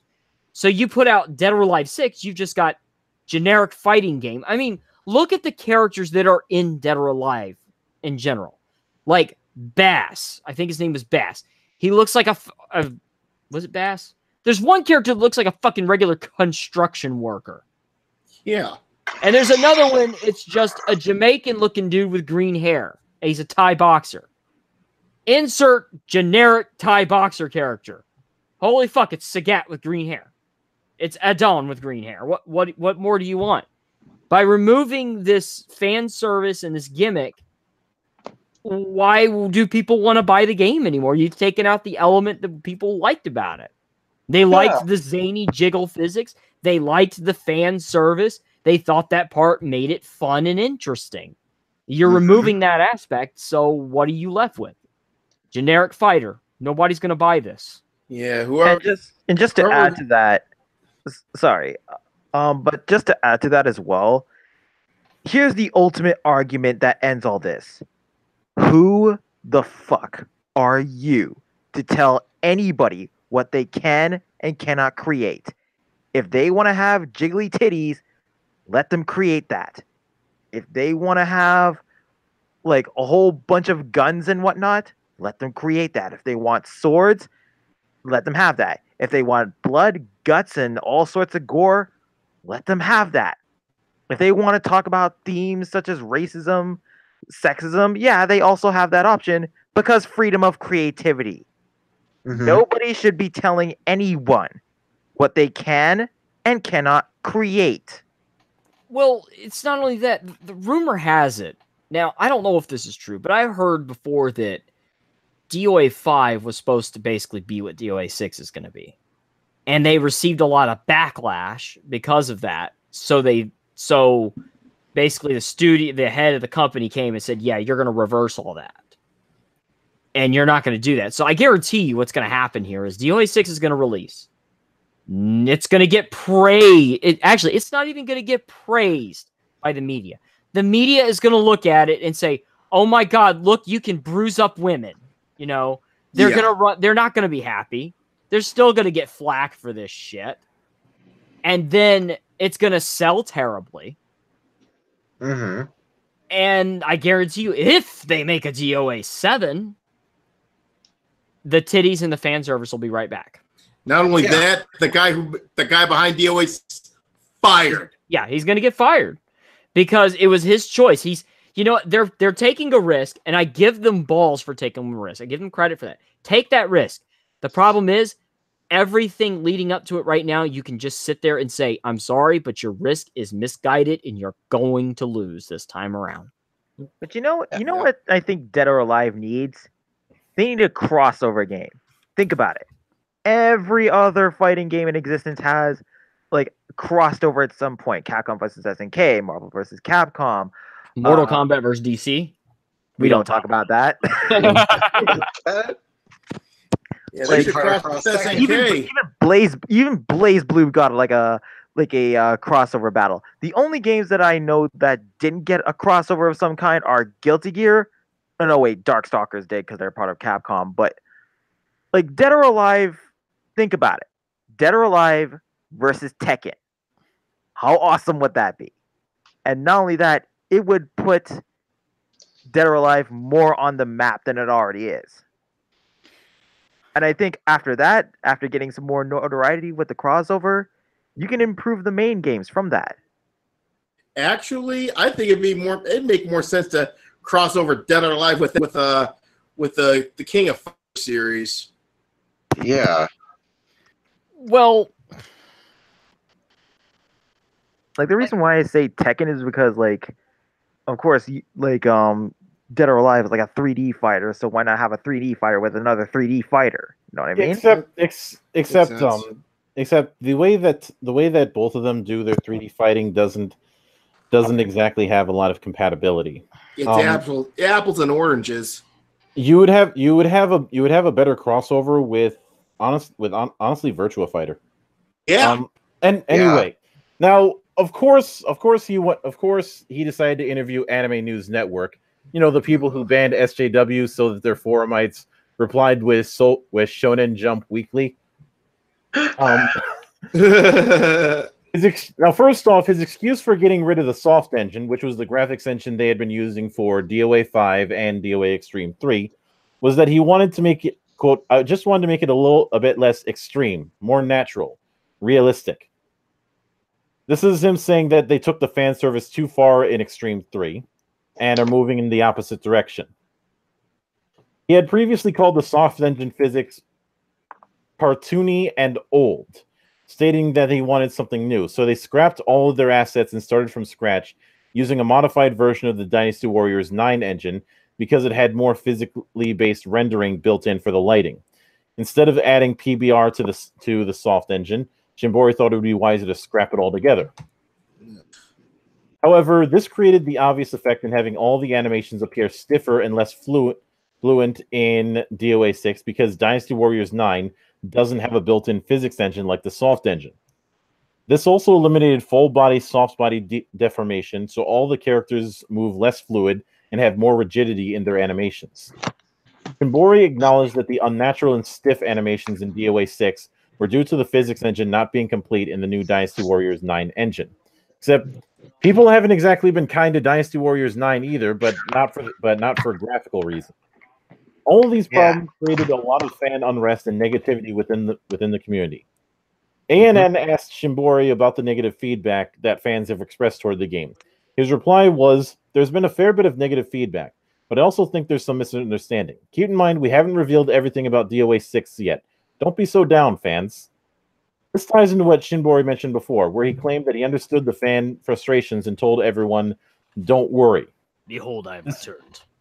This game was 20% complete back in August, and it's due for release in the first quarter of 2019. So it's coming out after Soul Calibur 6. We'll see it over the next 6 months if it can finish the rest of the animations, add in the rest of the characters, finish the rest of the stages, finish and improve the physics engine, and finally re-implement Jiggle for all the girls for their boobs, butts, and thighs. I did like how in a previous thing he had insinuated that the reason why he reduced bust size was to make the girls look more human. Wow. And everybody took him to task over that. Well, yeah, because there's so many examples of women that look just like those characters. Mm-hmm. Yeah, especially those. There's quite a few of them found in Japanese porn. Mm-hmm. Well, it's not just that. It's just there are a multitude of body types. Just period. Exactly. And that's why everybody gets so fucking tired of hearing this realistic body proportions. Like, have you not fucking looked at women lately? Yeah, you're gonna run into a few. There are women that do look more on the average level, but there's still a lot more out there that are just like those women you see in those games. The thing with that term realistic, and I do have to credit Professor Geek for kind of helping me phrase this idea that I wanted, is that arguing for realism is ignoring the archetype of the iconic male or the iconic female, the sort of ideal to strive before, the aspirational archetype as was laid out by Plato and his successors. When you try and remove that under the notion of, oh, everything's just a social construct, what you end up having is a narrative or a mindset, a world where, whatever you have it, where there is no real goal. And that's why I do not have the background to do this, but I honestly think that there should be a research paper done on whether or not there is a legit relationship between people who get involved with that type of social justice and nihilistic personality traits. Yeah, and you know what? Their end goal is look up the recent issue of Cosmopolitan. Mm-hmm. And not only that, like the whole going back to the whole realistic proportions argument, it's like, hello, realistic? That's why we don't play video games. We play video games for the unrealistic, for the zany, the kooky, the crazy, for the outlandish. We don't need the realism. Like, save it for Battlefield and Call of Duty.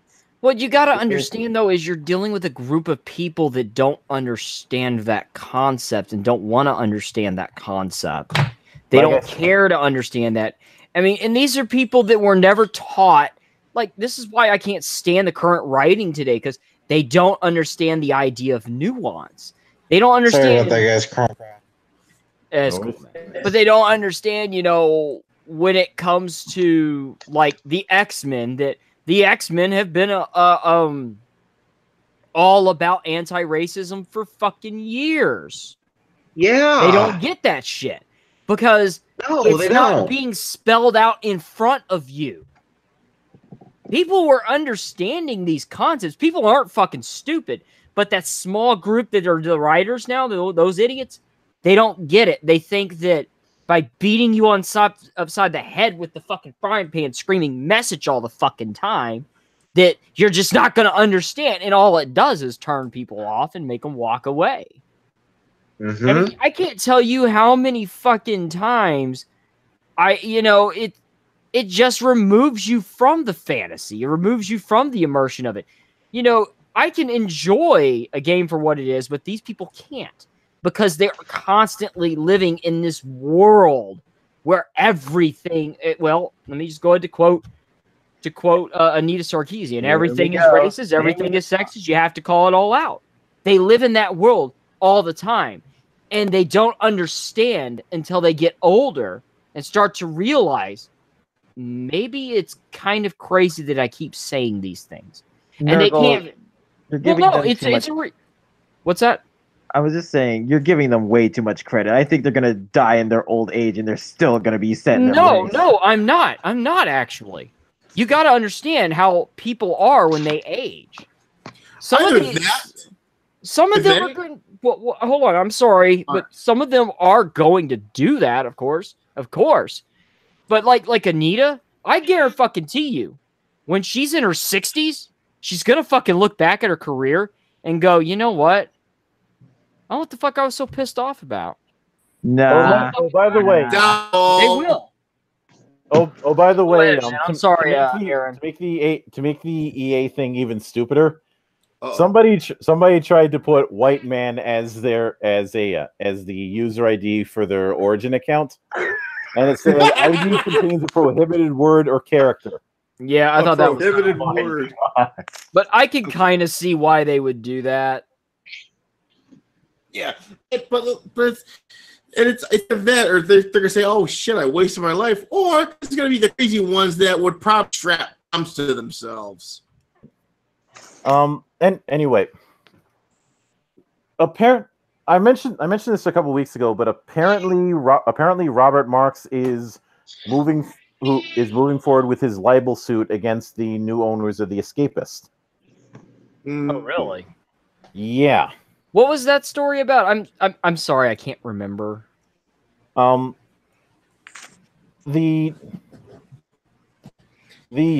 said that the new editor-in-chief, Russ Pitts, claimed that the content of The Escapist contained promotion of alt-right sentiment, and the site had become a recruitment tool for the alt-right. Oh, okay. All right, I remember now. Yep. And Robert Marks apparently attempted to reach a middle ground with the parent company of Escapist, Enthusiast Gaming, and contacting them and explaining how dangerous it can be for me to spread the insinuation that the former staff courted Nazi sentiments. One of the heads of Enthusiast responded by acknowledging that they would be investigating the situation and looking to set the record straight.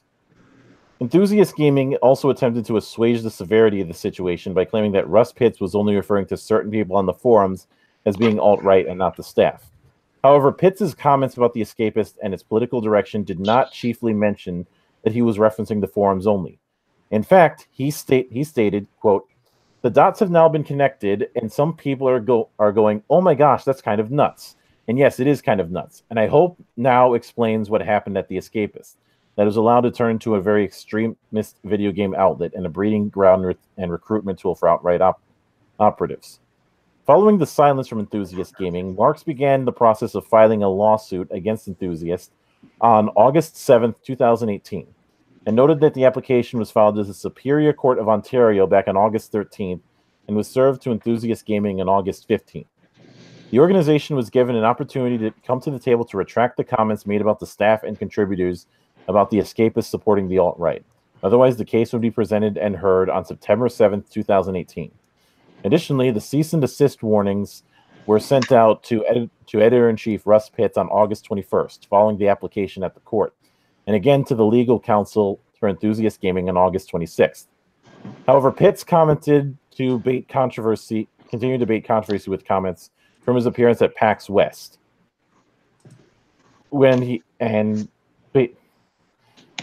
Anyway, it goes, previously I had reached out to Enthusiast Gaming and Russ Pitts regarding the state of the Escapist as well as the libel suit, but neither have responded. Marks stated via email that a retraction and/or apology could have been drafted in hours to limit potential harm to those who could be negatively impacted from being put under the umbrella of being alt-right. We've seen people labeled as Nazis can be fired, harassed, or abused in the public sphere, which recently happened to Justin Gardner, a disabled Marine veteran who was falsely labeled as a Nazi by New York fact checker, as reported by military.com. Oh my god. Marks explained via email, "The fact that a retraction is being withheld is absolutely baffling to me. Frankly, I want to know why the future of my family was endangered by these people. I'd also like to know why the rest of the video games media appears to be giving this a pass. So far, the media have been silent about this case, but that could all change depending on how things play out in court. I really wish I could message that case when it comes out to Rakita Law or somebody or Leonard French or somebody like that." Anyway, Well, with that said, guys, I gotta get going. I'd like to have some time to play a game tonight before I go to bed. So, all right, man. Thanks for coming in, Nurgle. no problem. All right, Thanks take for care, having me, man. Y'all have a good night. If any of Take you care, guys man. want to be on the stream of corruption, let me know sometime. All right. All right. All right. Y'all have a good All one. right. Later. Yeah, I gotta take off too. It's getting late for me. But All right. thanks for having me, and I'll see you guys next time. I'll see you next week, Captain. All right, take care, man. Um, And now YouTube has decided to get on the woke train full force. Oh boy. Oh shit. Basically they're working on a show for YouTube Red called "It's a Man's World." Which, first off, why do you have to ruin such a classic James Brown song? Yeah, really. Yeah. But anyway, it goes. Apparently, it's a half-hour comedy show. This has been a report.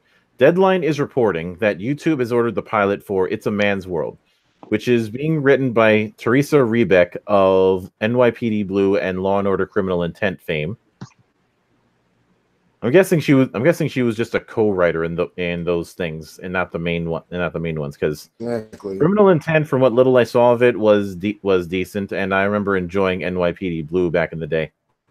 While the show will be produced by Christina Wayne's Assembly Entertainment.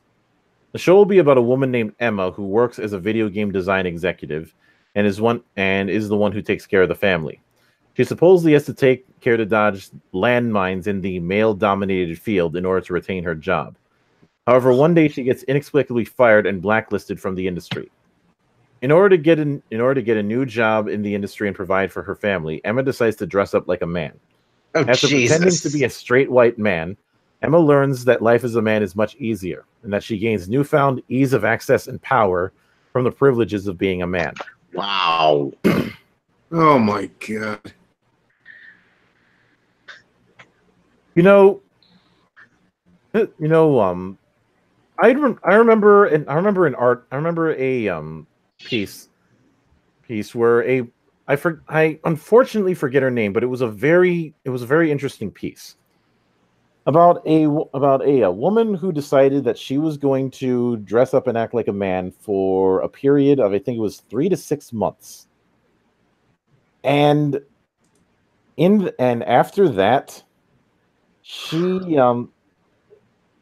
didn't have a full-on mental breakdown, but when she finally dropped the disguise, she broke down crying. Wow. Oh boy.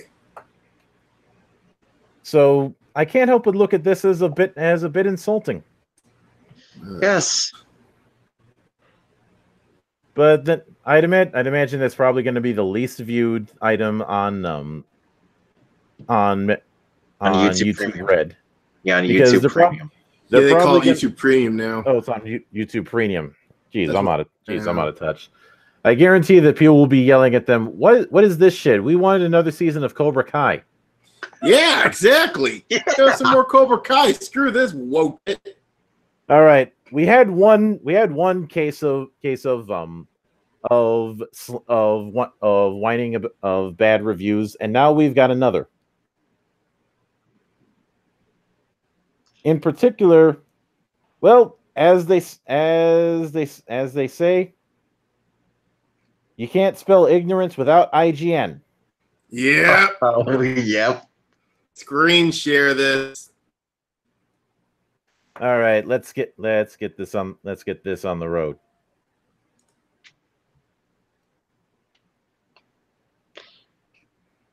Okay, present to everyone. Oh my word. Oh, Jesus. Of course they do that. Yep, it goes.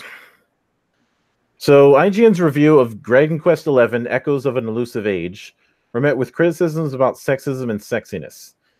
The review was published on August 28th, 2018, and was written by Jared Petty. Yeah, when gamers go into a review, they're looking for information that's detailed and thorough. Flutter. I'm gonna look up this nitwit. Let's see. Petty. Sandcon pointed out some of the. Oh yeah. Soy. Yep. He wrote, quote, "I'd also be remiss if I didn't mention some of the cringe-inducing sexualization present in Dragon Quest XI. What does a side quest tasking me to dress up female party members like fetishized bunny girls really add to the Dragon Quest experience? Oh, Jesus. Bunny girls have been a recurring tradition in the Dragon Quest games for years. Yeah, it's been there since Dragon Quest 3. Pafu Pafu. We're getting to that. Oh yeah, we're getting to the puff. The real whopper is regarding a long-running innuendo joke in Dragon Quest regarding puff puffs. He writes, Dragon Quest's long tradition of puff puff, a pseudo-sexual metaphor coined by Akira Toriyama, also returns in Dragon Quest XI. Dragon Quest games have long included semi-lewd puff puff references as a sort of Easter egg, and Echoes of Elusive Age leans too heavily into that tradition. Of an elusive age. At times, it's played for laughs. A cliffside puff puff turns out to be just some bungee jumping, and other proves nothing more than an innocent makeup application. But one optional encounter really put me off. I was invited to a girl's dim bedroom where I received a puff puff in a dim room, and when the lights came back on, her father was standing there. She revealed that he'd delivered the puff puff in the dark. The consent implications troubled me. I didn't find it funny. The fuck? Hilarious. Yeah. Just remember, traps are gay. Traps are gay. Exactly. Yeah, I bet you that's the most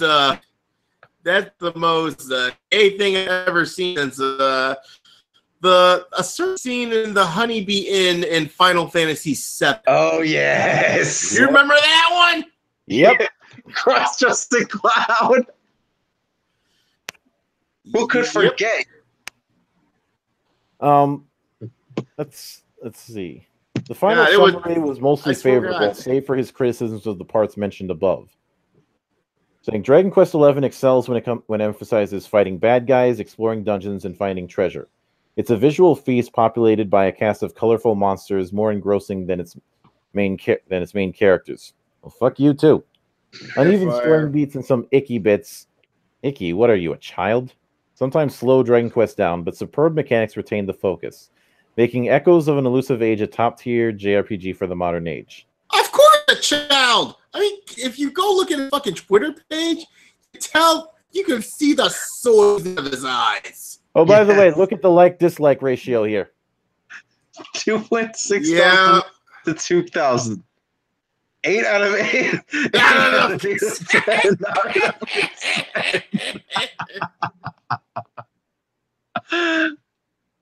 Eight girls pre-ordered. When the girls pre-ordered. So at least we'll know that Jared Petty is hoping that being a super beta will finally get him laid. We're working it. Repeat. You icky. It looks like, I'm going to say this it looks like he's never seen pussy since pussy had him. Others were less pointed in their criticism towards his inability to enjoy sexy women, and more so his inability to point that some of the features that they were most looking forward to in Dragon Quest XI. Man, IGN really went down the crap for the last few years. No mention of draconian options exclusive to the West. No mention of the OST being MIDI, and no, it's not orchestral like this dude says. No mention of the dash feature added for the West. No mention of the combat system having slightly changed. No more group input before each round, but rather single individual commands before each round. But yeah, let's nitpick about one side quest being too sexy. You know, all the gory shooters out there are all A-OK, Bob. This review is incomplete. So incomplete. He mentioned that he played 65 hours, but doesn't mention the credits roll. So I'm pretty sure that he didn't beat the main campaign and didn't get into any of the 20-plus hours of story content before the end credits. I'm a little bummed because I thought Jared was going to do a decent job, but instead it seems like he skipped tons of dialogue, didn't get into the NPC awesomeness, the best part of any Dragon Quest game, decided to play the game as a dungeon crawler for some bizarre reason, and decided to take up a noticeable chunk of the review and summary to do some absolutely wacky and mischaracterizing moral gymnastics that seems completely out of step with what the game actually is. It's like the female editors over at Polygon instead of well-adjusted adults. I think the score is fine. It just feels like the game is misrepresented here, which is a shame. Yep, and a few people trying to take the centrist position, some people trying to defend it, the YouTube comments being just as harsh, and basically... let's read some of these. Go back. I want to read some of these. Did Did you you actually actually say some icky bits in a review? Okay. Bunny Girls and Puff Puff are running gags in Dragon Quest games, and I'm happy they stuck to their guns and kept them in instead of listening to people put off by icky bits. So it's a 9.5 because At the very least, because you got triggered over the costumes, lol. Western politics out of my Japanese game reviews, please. Downvoted. Complaining about sexualization. But who doesn't play Dragon Quest for the Puff Puff? LOL. Sexualization in a Japanese game? Who could have thought? Those are some petty complaints. That's the sign of the times for you. With the PC culture calling a girl in a bunny costume icky bits. Wow, what a time to be alive! Basically, this is just further proof that the culture war is far from over. But on the upside, a lot of gamers and normies are openly fighting back and making their displeasure known about the identity politics being featured in their game reviews. That's good. You know what? Yeah, you know what? You go back. You know what? I'm going to screen share this to show you what this idiot looks like. Coming right now. 8.8 out of 10. Too much. Nope. Not enough. Right. All right. You seeing this now? Oh yeah, I'm seeing it. Oh yeah. So you know what? You know what? You soy-addled freak. Sit your $5 ass down before I make change. God damn. Okay, I've got an article of my own. Go for it. Serena Williams fined $17,000 for U.S. Open final. Wait a minute. I said we weren't going to talk. I said we weren't going to discuss that because sports. Those all. Well, it actually has a few topics that we do cover. All right, go with it. All right. By Helene Elliott. Serena Williams was fined $17,000 for committing 3 code violations during her U.S. Open final loss to Naomi Osaka on Saturday. The fines announced on Sunday by the U.S. Tennis Association break down to $10,000 for verbal abuse of chair umpire Carlos Ramos, $4,000 for being warned for coaching, and $3,000 for breaking her racket. Oops. Williams, pursuing a record-tying 24th Grand Slam singles title, got the first code violation for illegally receiving coaching early in the second set of the match, which the powerful employs Osaka won 6-2, 6-4. Williams told the umpire, "I don't cheat to win. I'd rather lose. I'm just letting you know." Her coach, Patrick Moratoglu, later said that he was coaching, but that all coaches do the same thing. Williams said that she didn't see him offer help.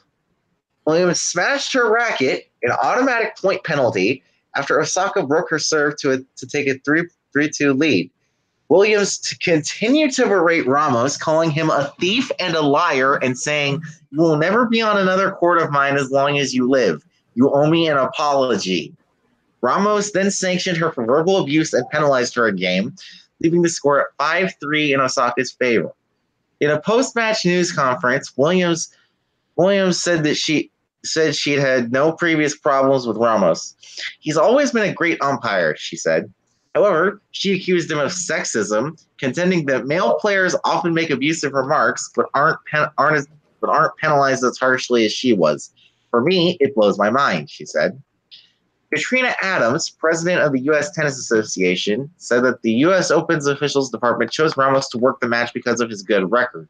She also said no provision existed for him to explain his actions to the media because there was no controversial incidents here, including Williams criticizing the officiating in 2004, 2009, and 2011, as well as at other tournaments.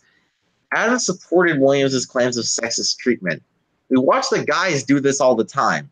They're badgering the chair umpires all the time on the changeovers and nothing happens." Adams, a former tour player, said in an interview on ESPN, "There's no equality between what the men are doing to the chair umpires and what the women are doing. Conversations will take place in the next week. I know what Serena did, and her behavior wasn't welcome, but when you look at Carlos, or the umpires in general, They've been called a lot worse. Adams also clarified an awkwardly worded comment she had made during the trophy presentation. Adams had said, "Perhaps it's not the finish that we were looking for today." But on Sunday, she said that she meant that she had hoped for a clean and entertaining match, not for a particular outcome. The Women's Tennis Association also supported Williams. WTA believes that there should be no difference in the standards of tolerance provided to the emotions expressed by men versus women, and is committed to working with the sport to ensure that all players are treated the same. We do not believe that this was done Saturday night, CEO Steve Simon said in the statement.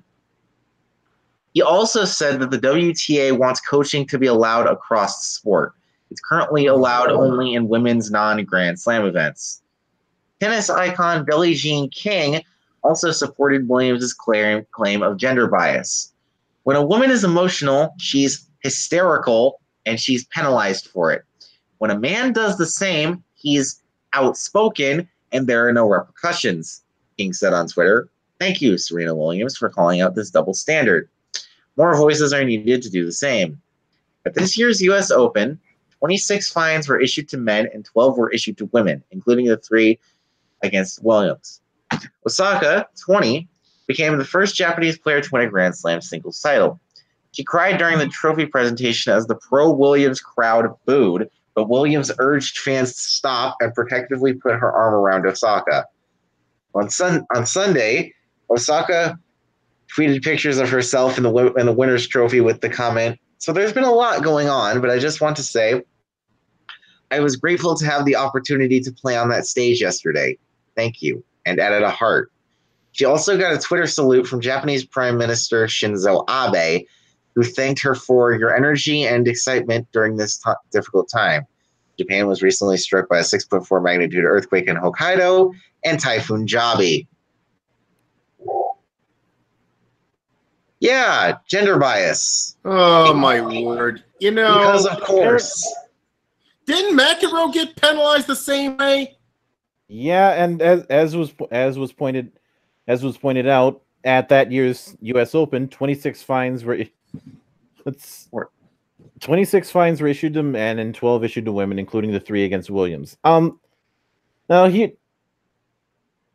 more woke bullshit. Mm-hmm. Yeah. But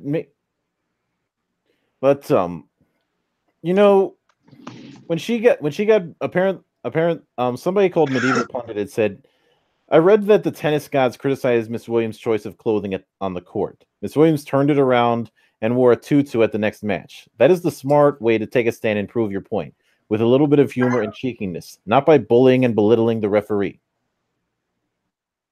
And he also said, "Yeah, this ref must be biased against women. A woman won the match. Whatever. The ref must be clearly biased against black players. Have you ever met Miss Osaka's parents?" Yeah. Now from what I understand, she was already on by the time the second game started. She was already showing signs that she was going to lose. So I think she just needed a scapegoat, and that is really pathetic. Yeah. So yeah, Mm-hmm. And not to mention the girl that she lost to. She fucking idolizes her. Exactly. Now here's the thing. You know what this sounds like? She's basically tennis's version of LeBron James. You know, at the very least, I can honestly say, Ronda Rousey, when she got beat twice, she took her losses on the chin. Yeah, she took them in stride. And now the second one, the one against against Amanda Nunes, that wasn't completely her fault. That was the fault of the fact that she decided to get coached by somebody who is very, very incompetent, and the fact that she tried striking when that's never been something that she's good at. Again, against Amanda Nunes, who is one of the best strikers in that division. But now with that out of the way, I think it's high time we talk about the infamous DLC for Spider-Man, because have you guys Spider-Man PS4? Yep. because A heist. the heist and the fact that they decided to have Black Cat look like writer Sam Maggs. Oh, for fuck's sake! The Yeah. same Sam Maggs who once claimed that she was virtually raped in Grand Theft Auto 5. Exactly. Wow. And yeah, you know what? This ties to this whole thing. You know, if Marvel or DC, for that matter, has a biblical plague strike their offices, it'd be wrong for me to say that wouldn't shed a fucking tear. Yeah, the Mm-hmm. the approach that I've taken on the matter is that, and this is the approach I'm sticking with. I'm buying the core game because I want to support Insomniac. And as for the heist DLC, that can fuck off unless I get it heavily discounted, like less than $5 discounted. This is why I play older games nowadays, because every game now has to pay lip service to the woken dead. I don't do the whole nostalgia tard thing, but I am very cautious about what I play. And speaking of play, we have yet another case of reset the clock. So there was a MOBA style game called Arena of Valor that's doing fairly well for itself, and but apparently, one of the community managers, Nick Zazer, also known as Nick Zazowski, had been tweeting out things that he really shouldn't be to women in the industry. And this was brought up by John, aka Old Man Cadian, saying, "Someone I thought I knew for the past 6 years has been sending unsolicited sexual photos to women. When one of them posted about it, another of other women, friends of mine, said he'd done the same to them. I'm so disappointed and angry. Fuck you, Nick Zazer. Since he's changing his handle, his name is Nick Zazowski."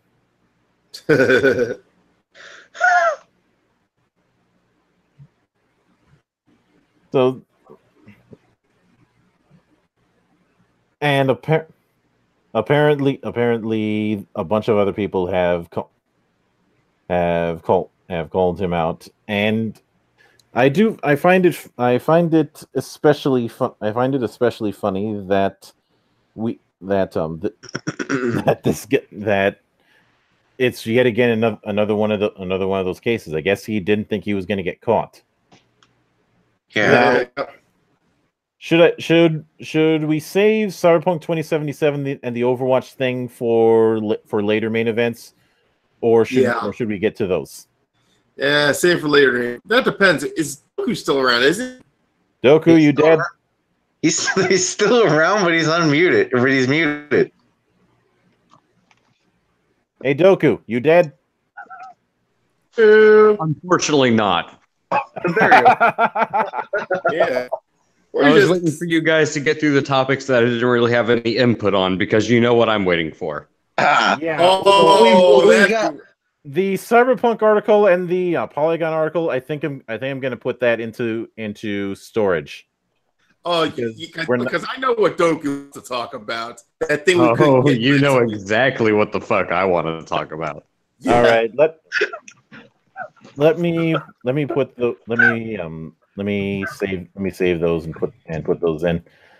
I think the Cyberpunk one the Cyberpunk or the Overwatch one we have to cover next week. That is too good to pass up. But I need to pander, and I didn't even get to.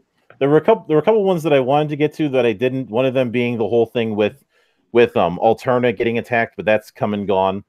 The whole bullshit with removing the flag for that moon landing movie, and the fact that Ryan Johnson has decided to attack his own damn critics with that whole thing regarding Mike Zero. Yeah. Did you mention the whole thing with the running Donnybrook between Diversity in Comics and Joe Quesada. Yeah, we talked about that. We did talk about that for a bit, and how when I replied to him by bringing up one more day. Oh, I just had enough. Yeah, it's like everybody at Marvel, ever since this whole comic day thing, everyone's got so fucking salty. They need to buy a fucking stack of chips. It's because they're losing money, and ultimately they know that. They're getting their asses handed to them by a bunch of fucking YouTubers. Yeah, now they're bitching and moaning about it. And you know what else? Like I said, if I was piling Watsy right now, I'd be scared in case someone might try the same thing on tabletop. Hint, hint. Mm-hmm. Well, anyways, we gonna go over this glorious shit show or what? Yes. Yes. I do it? Yes, we are, lady. But I think we need a fiver, because I think we all need a stiffer drink. Yeah, I don't get your got- drinks ready because I'm this going is to get gonna dessert. be fucking fun. And I'm Sorry, going to get dessert. And I'm going to get dessert because I've already had dinner. and by the way, no I had music this dinner when we time started. no music this time because again, I don't know how wonky my internet connection is right now, so maybe next week. So I'll be back. Well, y'all go do your thing, and I'm gonna sit here and bullshit. I will admit, me and Nurgle yesterday, we saw the movie The Nun. I would actually say if you want to see a horror movie that is fairly decent, go check it out. It's actually a lot better than I expected. Surprisingly enough, it's not your typical slasher film. Yeah, it's not gore porn. It's not the found footage bullshit. It has it's like if the Resident Evil remake, Silent Hill, and The Exorcist all had a 3-headed King Ghidorah style baby. That's what this movie felt like. All right, I'm back. There was no jump scares in it. It had some really good imagery. It had some good acting. But the best part about it is the scary parts. It gave you chills down your spine. They didn't focus on cheap scares. If you're looking for a decent horror movie, I'd say The Nun's probably the best one you're gonna get. All right, what are you talking about, Doku? Oh, that movie, The Nun. Oh. Yeah. All right. Yeah, keep us entertained because, like I said, hey, did I tell you what happened with my why my sounds going in and out? I know you DM'd me about it, but I'm not sure if you told everybody else. Yeah, Comcast. Turns out Comcast was being stupid. Well, that's because it's Comcast. Yeah, I'm gonna have to call them again tomorrow after I called them Friday about it, and they haven't gotten around to it. Wow. Yeah, well, I have open band, so I know your pain. Anyways, let me give me a second to set up screen share. All right, ready? Flutter, Wait when you are. Okay, Flutter, you back? Yep. All right. I don't think I want to have you replaced by your damn cat. All Of course, right. it'd be interesting what Cat thinks. All right, ready? Let me know when you're ready. Get All the right, let's drinks do ready. this. All right. Okay, this is a satire piece by Hina. And by the way, On Bullshitist. is this the main event? Yes. Come on, we gotta play. I'll play the music.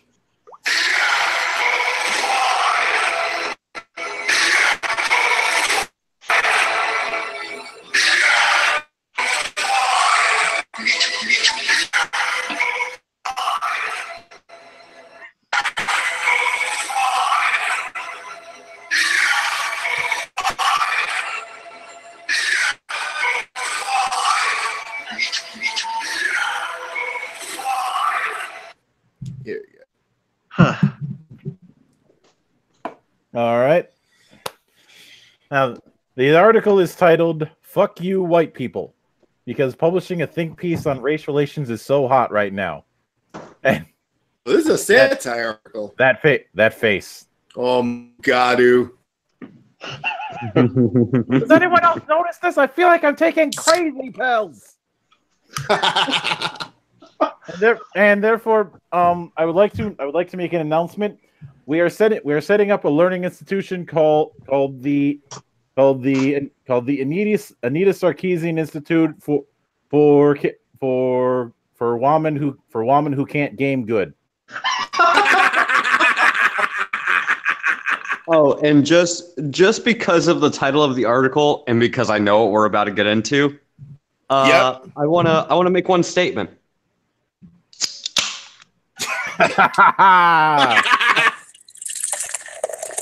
Yeah, you know what? I'm going to get another drink because, God damn it, Bears, you blew it. The Bear, Chicago Bears. We blow leads harder than porn stars blow dicks. Oh my God, they're so good. Next time, Chicago. Wait, are you telling me it's the Chicago Stormy Daniels? No. Yeah. Like I said, God damn, Khalil Mack, you're supposed to snap his leg, not bruise it. I normally would be sympathetic, but Illinois happens to be. Well, I'm not going to get into that. Yeah. And anyway, this Mugatu by Ellen DeFibaugh. Ellen Defabaugh. Goes, hey, white people, POC here, so you know shit's about to get real. What, are we watching Bad Boys 2 now? Oh, by the I way, wouldn't mind watching Bad Boys 2. Yep, drink. Drink. At least Boys 2 was good. Come on. Mm-hmm. A broken clock. Michael Bay is a broken clock that is right twice a day. Yeah. Just that the 2 times are Bad Boys 1 and 2. Yeah. Trump's president-elect now, and it's revealed to the whole world what kind of racist pieces of trash y'all really are. So I'd like to get in.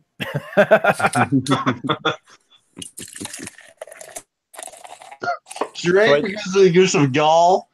Yep. So I'd like to. Yeah, she did use y'all.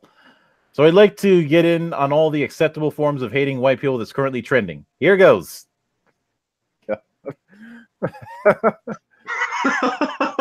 First off, white people, fuck you for colonization. That's right, I'm going straight for the big guns. Phrasing. Drink. Yeah. As a marginalized brown woman, drink. Yeah. Drink. I'm going to conveniently forget all the numerous examples in history where non-white civilizations came in and killed a bunch of other non-white people, effectively colonizing them. I'm never going to acknowledge the Mughal Muslim takeover of the Indian subcontinent that took us from this to this. Let me see what this is. Let's see. So the first this is, and the second is, and we're Pakistan. We are probably going to get demonetized. We're probably going to get demonetized, but I don't care. Edgy girl is edgy. And you know what? Bartender.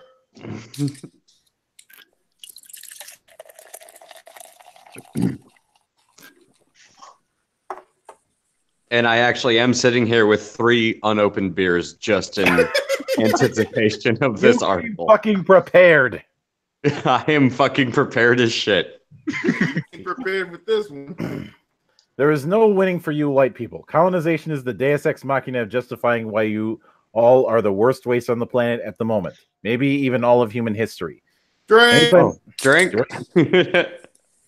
I knew how bad this was going to be. I don't know why I signed up, but you were the one who suggested this article. Yeah, you wanted this.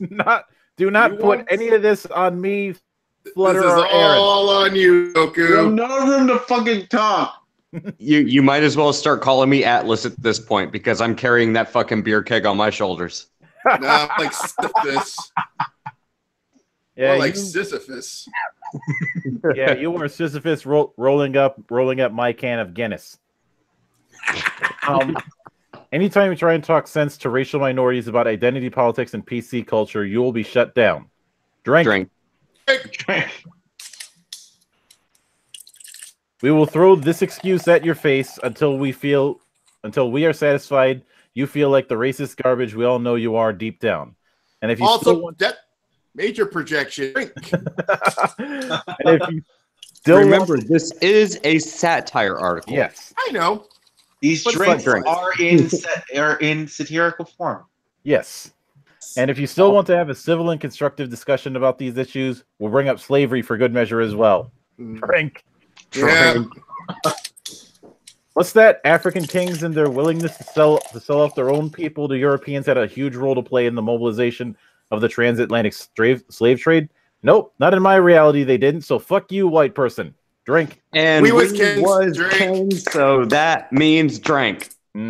Kings drink. Tariq na drink. Wakanda. Drink Conda forever. I want to get a shirt. I want to get a shirt made that says Wakanda for never. Because it's not real. You know what? Have a picture of Malema below it. Yep. I mean, I guess maybe if Trump makes a trade deal with South Africa and we give it a few hundred years, maybe Wakanda sometime. It took 10 in the actual universe. It took 10 million years for that to happen. So yeah, I don't see that happening anytime soon. Nope. Wakanda in about 10 generations. I give it 20. If you're lucky. By that point, the sad thing is, by that point, the rest of the world will have advanced to the point that we're casually traveling dimensions. Well, at that point, you're going to be pulling a Blade Runner, and it's going to be like, "Welcome to a world or go spread yourself to the off-world. Go to the off-world colonies." Yeah, new life awaits you in the off-world colonies. Yeah, we'll be pulling a fucking Ridley Scott. Anyway, we all know white men become cops just so they can shoot unarmed black men. I will drink. I will ignore anything you say that goes against this narrative I convince myself is the absolute truth. I expect all living white people today to feel guilty for what their ancestors did 200 years ago, but don't expect the same collective guilt for any other race and what they did to one another. Drink.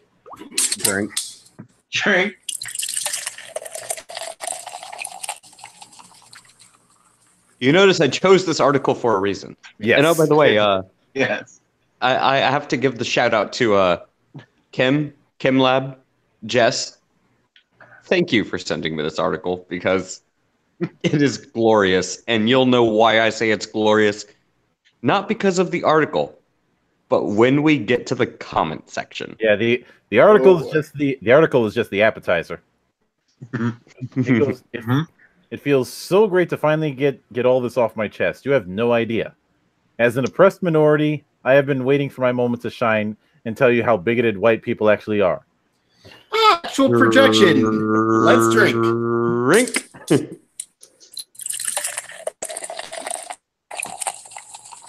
And that is projection. Moving on. Everything wrong with the world is because of white people. An immigrant in America wanting to be white while growing up? Apparently, this is an article from Femsplain called Being the Other. Yep, blaming that on white people too. I'm noticing white people are beginning to realize all the grave injustices you have committed against minorities/marginalized groups, whichever label you prefer, in the past few centuries.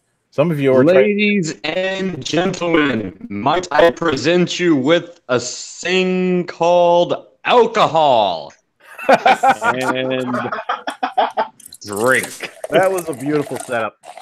Yeah, and by the way, that last sentence, it's got a point. All these idiots, you got all these idiots trying to get woke now. You know, it's ridiculous. Well, that's why this article is such great satire, because it points out the hypocrisy. Yes.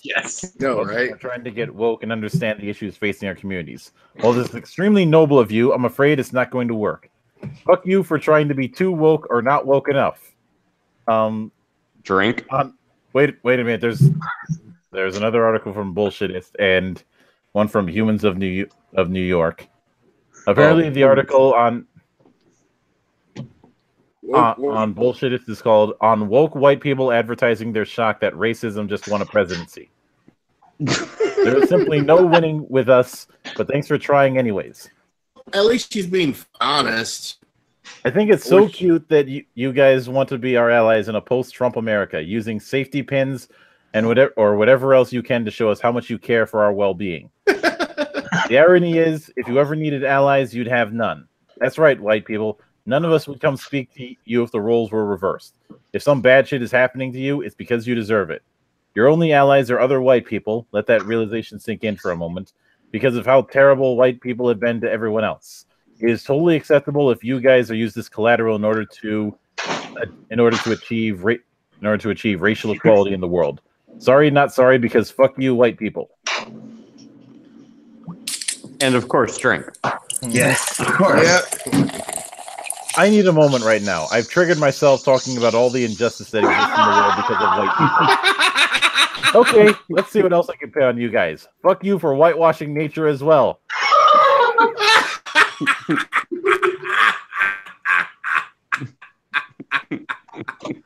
Oh my word. Stunning picture of white rainbow captured in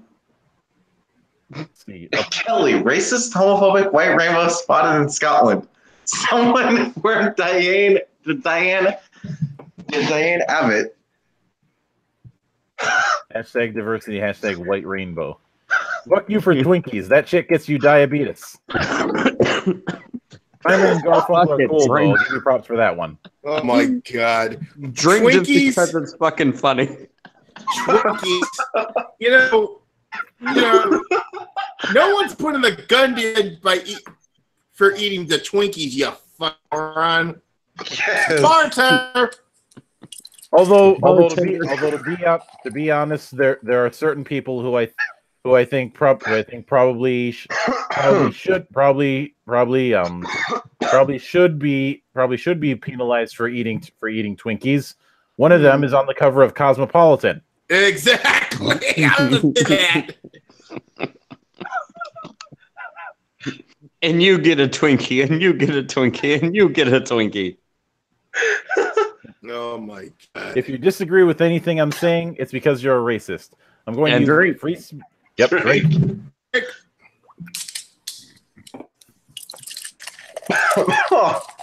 I'm going to use my free speech to shut down yours, so get in line and always be politically correct.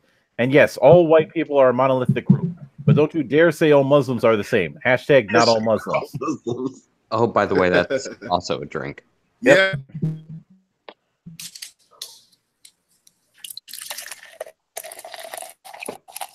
God, I might die tonight.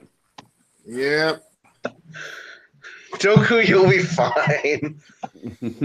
You brought it upon yourself.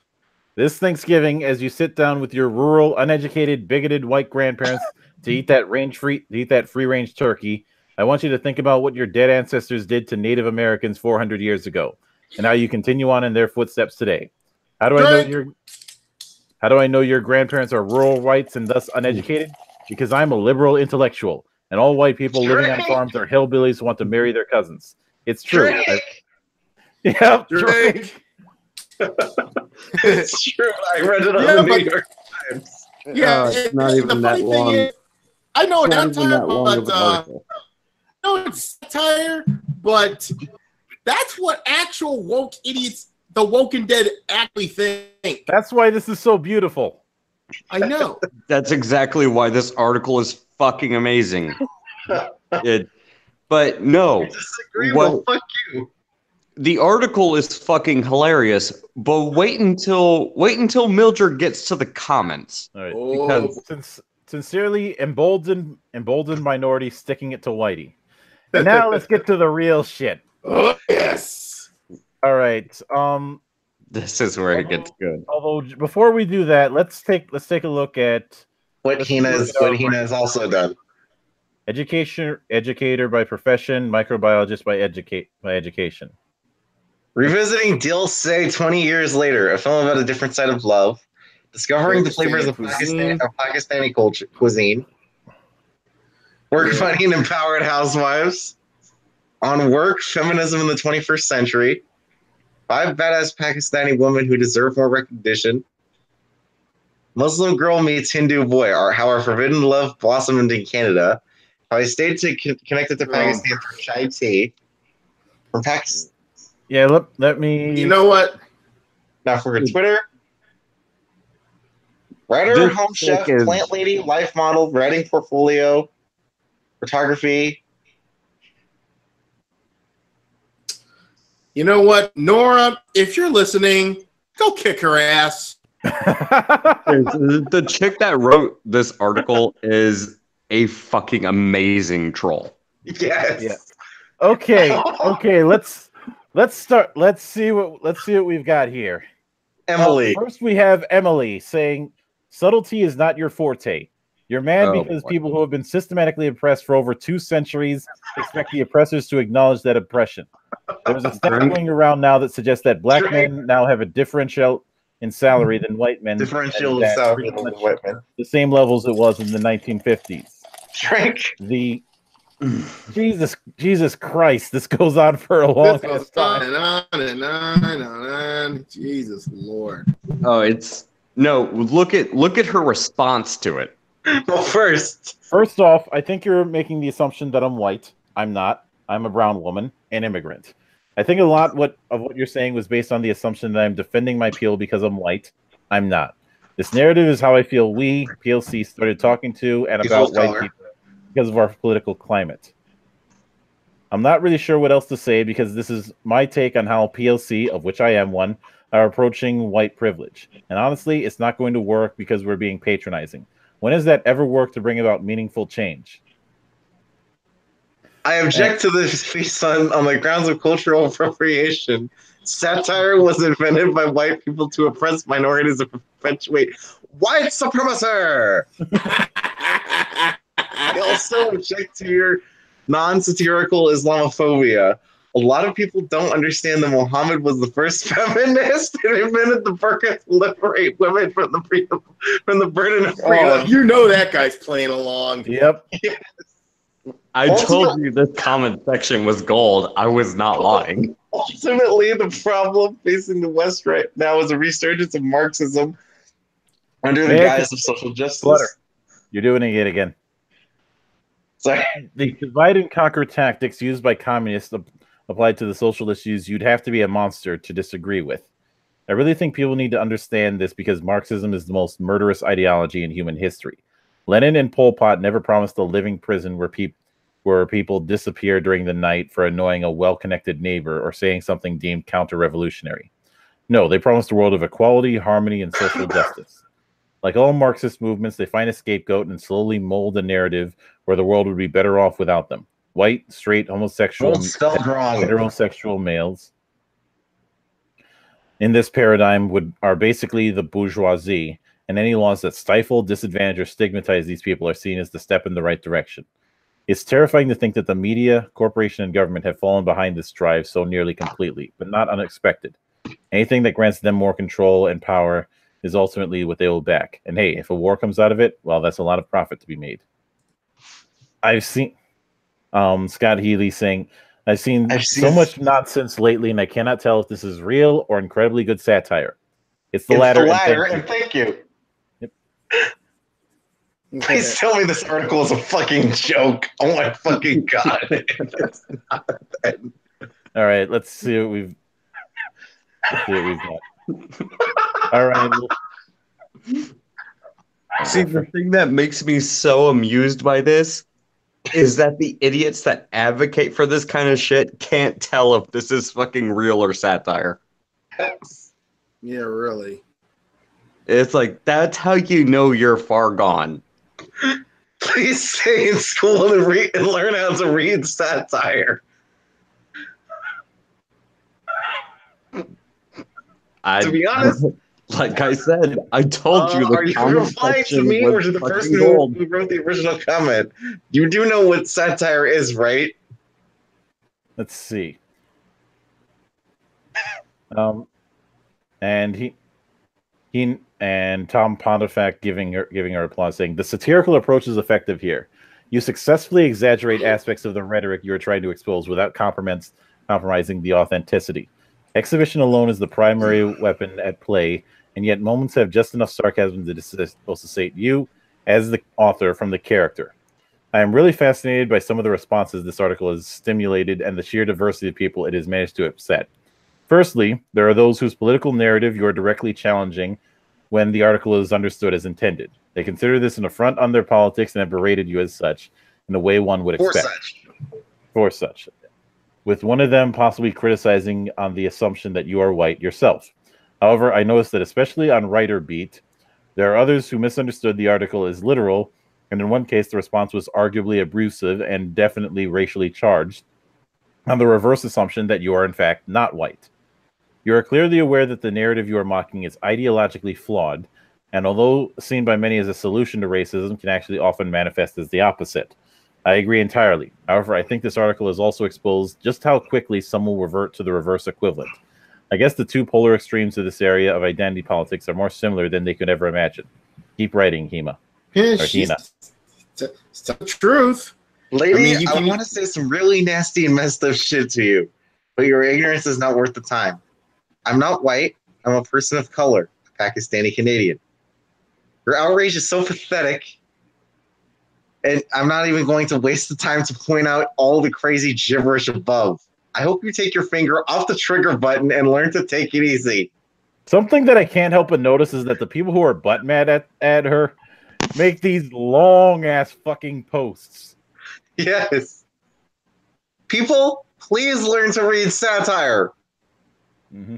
You know, you were not using freedom of speech, you were using a hate speech. I pray you find peace and one day you learn to be the bigger person and that your children's children do not represent such terrible hatred and categorizing a race as a whole. God bless you. I feel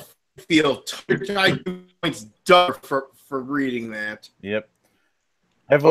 As a privileged brown male, I think me being brown cancels out my penis privilege. With internalized whiteness, what are cool kids calling it these days? Oreo? I laughed at your attempt at satire. Well, cool kids are calling it caramel, but whatever. Yeah. Yep. You rightfully captured how the SJW have managed to spew some of the most racist and sexist comments, the likes that the alt-right shy away from making. Thanks, Bassett. I do have a Twitter account, but I'm not much for commentary. However, I have a few such posts in the pipeline that I'll be publishing over the next few months. Awesome. Bit of a tweet. Reporting this shit. The same anti-white articles have been going on. Same anti-white articles.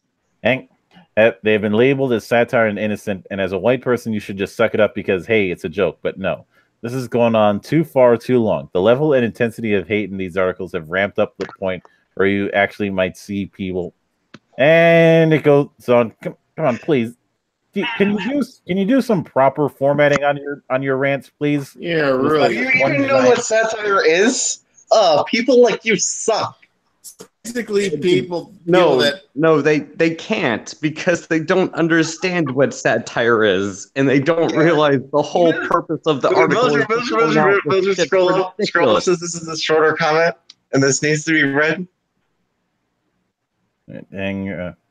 Oh wait! Also, hold on. By the way, guys. We're done.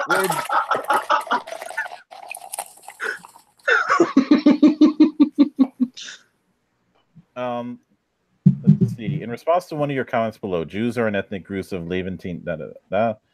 Slash Middle Eastern origin. Judaism was our national religion. I'm skimming. Oh, right. Let's see. Thanks for your comment. I agree that Jews have been marginalized throughout history as well. In immigrant circles like those of South Asians and certain African countries, most Jews would be considered part of the White West. This actually shines light on how little minorities, especially SJW ones, actually know about culture / people and what they have been through. Yep. Let's see. Giving credit where it's due. Thanks for the inspiration for this post. Let's see. Who are white people? Need to make sure I hate the right group of individuals. I'm not reading that article tonight, but I will have that one saved. File, oh my god. Tina Fiota, and let's see how long. Jesus Christ! Jesus H-Tap dancing Christ! What the hell is this? Oh my god! Satire. I'm assuming you know what that is. Did you click on any of the links in the article? Oh, you're making my job harder. Put it this way: Tina is getting flack from people that are reacting without looking between the lines at this article, which just shows you that they're shooting their load without scanning the damn target. Phrasing. And fucking dumbass ass woke dead that are being that see that they're being mocked for their ridiculousness. Yep. Let's see. Hina, this is absolutely brilliant. I'm giving you the clap or whatever the hell Medium calls it when you like something.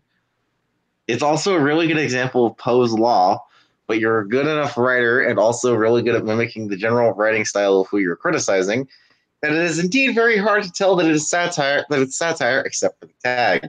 And to be honest, probably also the fact that I'm an extremely sarcastic but so uber privileged that I had to enlist to go be an imperialist running dog, radio spy, and murderer for an education. Good God.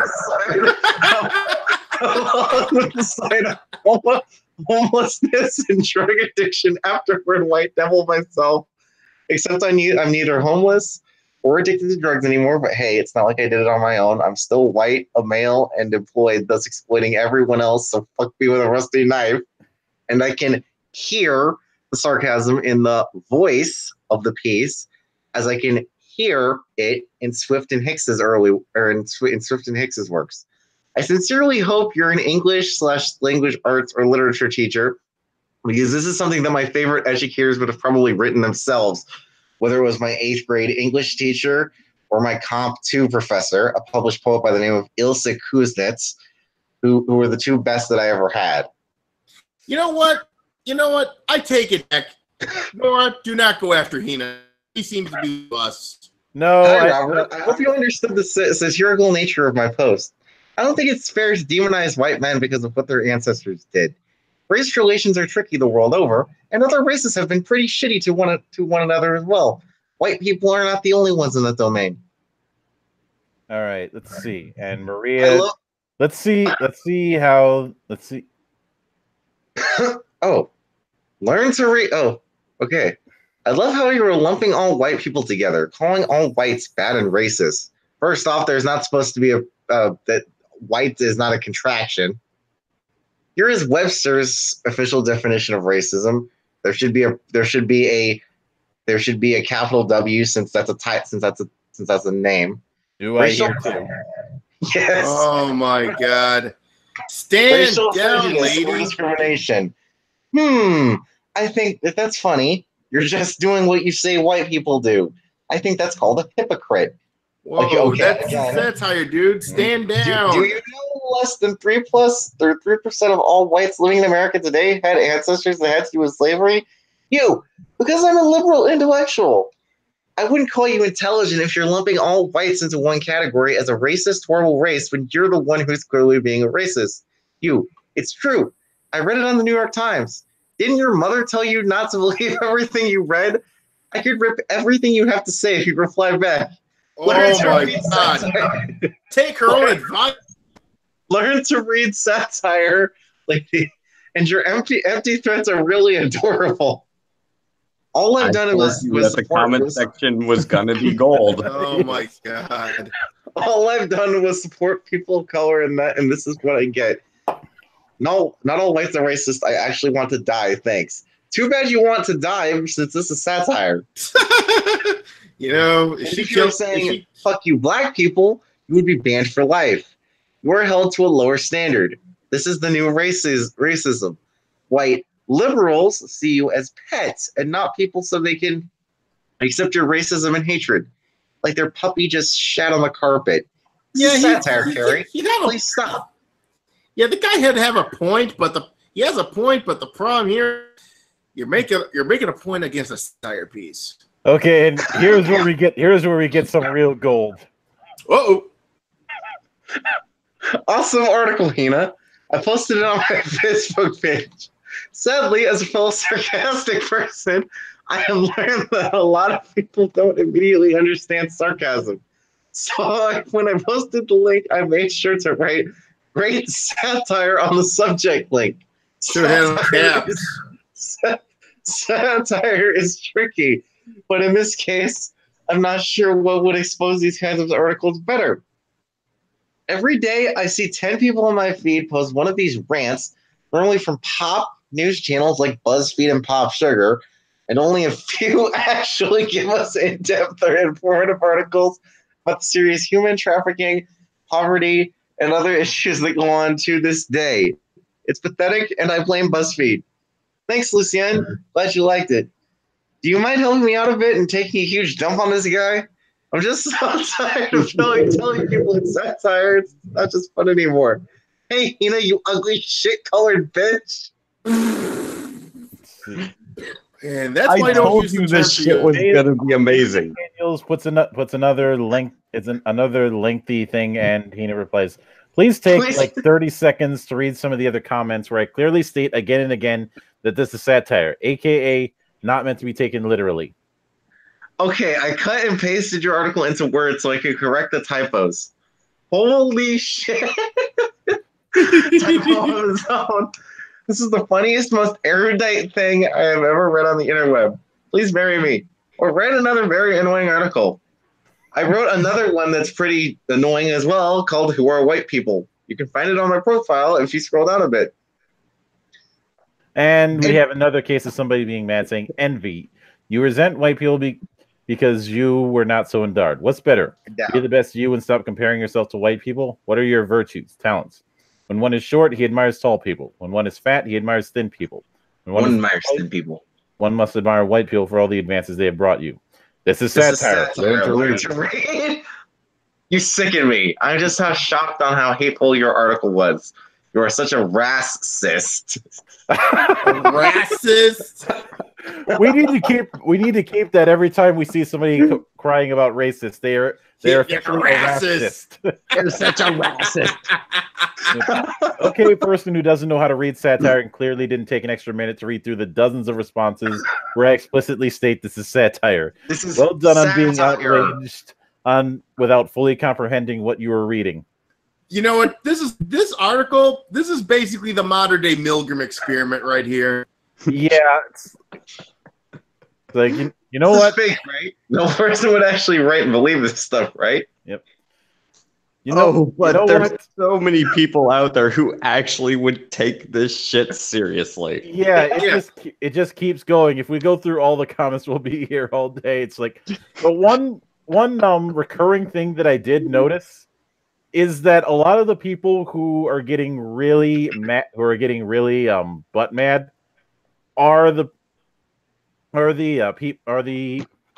folks who one don't get it, and two will make lengthy ass posts that are just one giant paragraph or even run-on sentence with just how butt mad they are.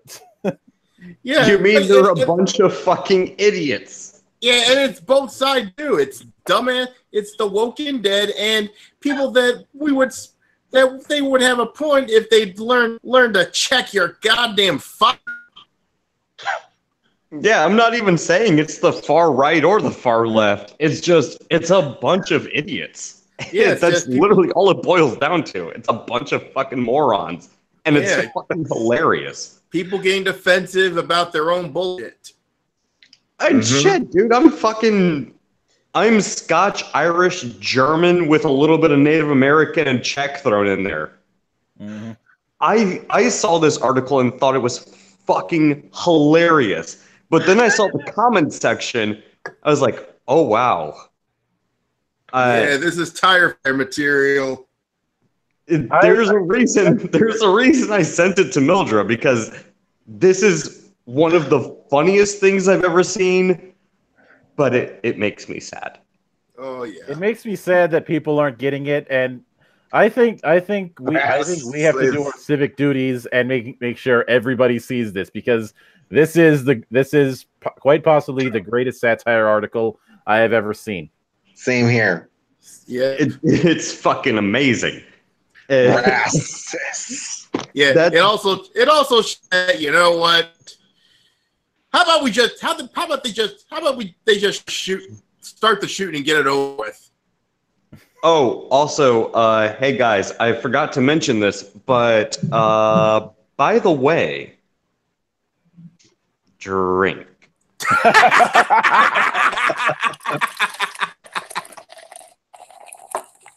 And with that, I think we should call it a night.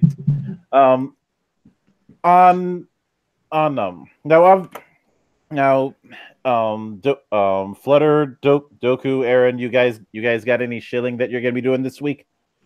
Well, I got one. I still got to do some work on this thing. I fell behind this week, but there is one thing for certain. Watsy, I'm coming for that ass. Oh God, if you're ever going to do a fucking stream shit talking Watsy. Oh, I got something even better for Watsy. I got my own. I'm about to go fucking Ethan Van Sciver on that ass. Please invite me, because I have been staring at a fucking about $1,000 stack of fucking cards. I have a bone to pick with Watsy. Yeah, like I said, as soon as I get done with this pre-alpha, I'm coming for that ass, Watsy. You're gonna end up where Marvel is right now. Yep. Yeah, you let me know when that happens, because I have the last set that I bought was Ixalan. Oh yeah, you know what? When I launched the pre-alpha launch, will basically be I'll put this like some sharing site and then have everyone download it. And I'll probably invite some people. And hey, Mildred, you invited. Everyone here invited. I have 2 booster boxes of Ixalan alone. And I have 5 pre-release boxes of Amonkhet and another 3 from Hour of Devastation. I don't think I have bought a single Magic card since Ravnica. Yeah, exactly. Well, I'll say I am rather kerfuffled. Yeah. So bottom line, see, I'm gonna take you to the bank, the blood bank. Yeah, I would very much. I would very much like to join that stream, because I have never had the chance to really express my disdain for Watsy. Yeah, it'll probably be my Ronin pre-alpha launchery / Watsy. I'm gonna steal all your fucking customer stream. Yeah, I would. I hope you don't mind cursing, because there might be some cursing. Oh, you know it. You know it. Flutter, you got anything you want to show? Well, of course, there's the roundup. Yep, he does a tokusatsu podcast. I have invaded at least once, called the Toku Roundup. I believe that's usually on the episode goes up. You guys record on Saturdays. What day does the episode go up? They go up on Saturdays as well. All right. And well, Doku, I don't know if you really got anything to shill. Normally I would shill something, except for the fact that when I really started doing YouTube, I realized YouTube doesn't like people like me, so I'm not going to waste my time on them, and I'm just here to provide commentary. So yeah, I can understand, because I had my channel for a while, and it was doing good with the first couple. All of a sudden, they a freaking algorithm my ass, and it went. Well, I've I've maintained to jump in. Sorry, Mildred, go ahead. I've maintained and I continue to maintain my stuff because there's still stuff that I want to do. Like I haven't done enough to really satisfy that itch. Ah, Well, and that's kind of the way I view it. Is I'm not gonna make my own content, but I love providing commentary, especially if it helps out other people. But as far as making my own content, I don't see the point. So I'm just here to interact with people that share similar interests. And I want to keep my, thumb on the pulse, so to speak. But yeah. as far as making my own content, I'm just here to provide commentary because I find it fucking fun. I think it's great. I love the internet for that aspect. And that's why I enjoy stuff like this. That's how I view it. One last thing. Next week, folks. Oh yes. Yes. We get to see who lost subs and who gained subs. And who bought subs. Oh. That's gonna be interesting. Of course, and you know what? Should we talk about the Boulder connoisseurs delving into gun territory next week? Wait, what? We have to talk about the mat of the mundane. Yeah, Wild Goose, who's frequently on the kill stream. He's been retweeting the hell out of Mundane Man's past tweets. A lot of the shit pre-Gamergate, it's creeping up on James Gunn. He's an interesting individual. Oh yeah. The thing is, I hate to admit it, I used to actually subscribe to him and listen to his content, but after that shit, yeah, we all did. Yeah, we had our moment of stupid. Yeah. We did. Now, welcome to the internet. Now we just realized how much of a train wreck he was. Now, on my end, unless something terrible happens, like I get hit by a train or something, I hopefully will have my first review in about 3 months ready. It's going to be tackling a nice little SF horror game called The Void.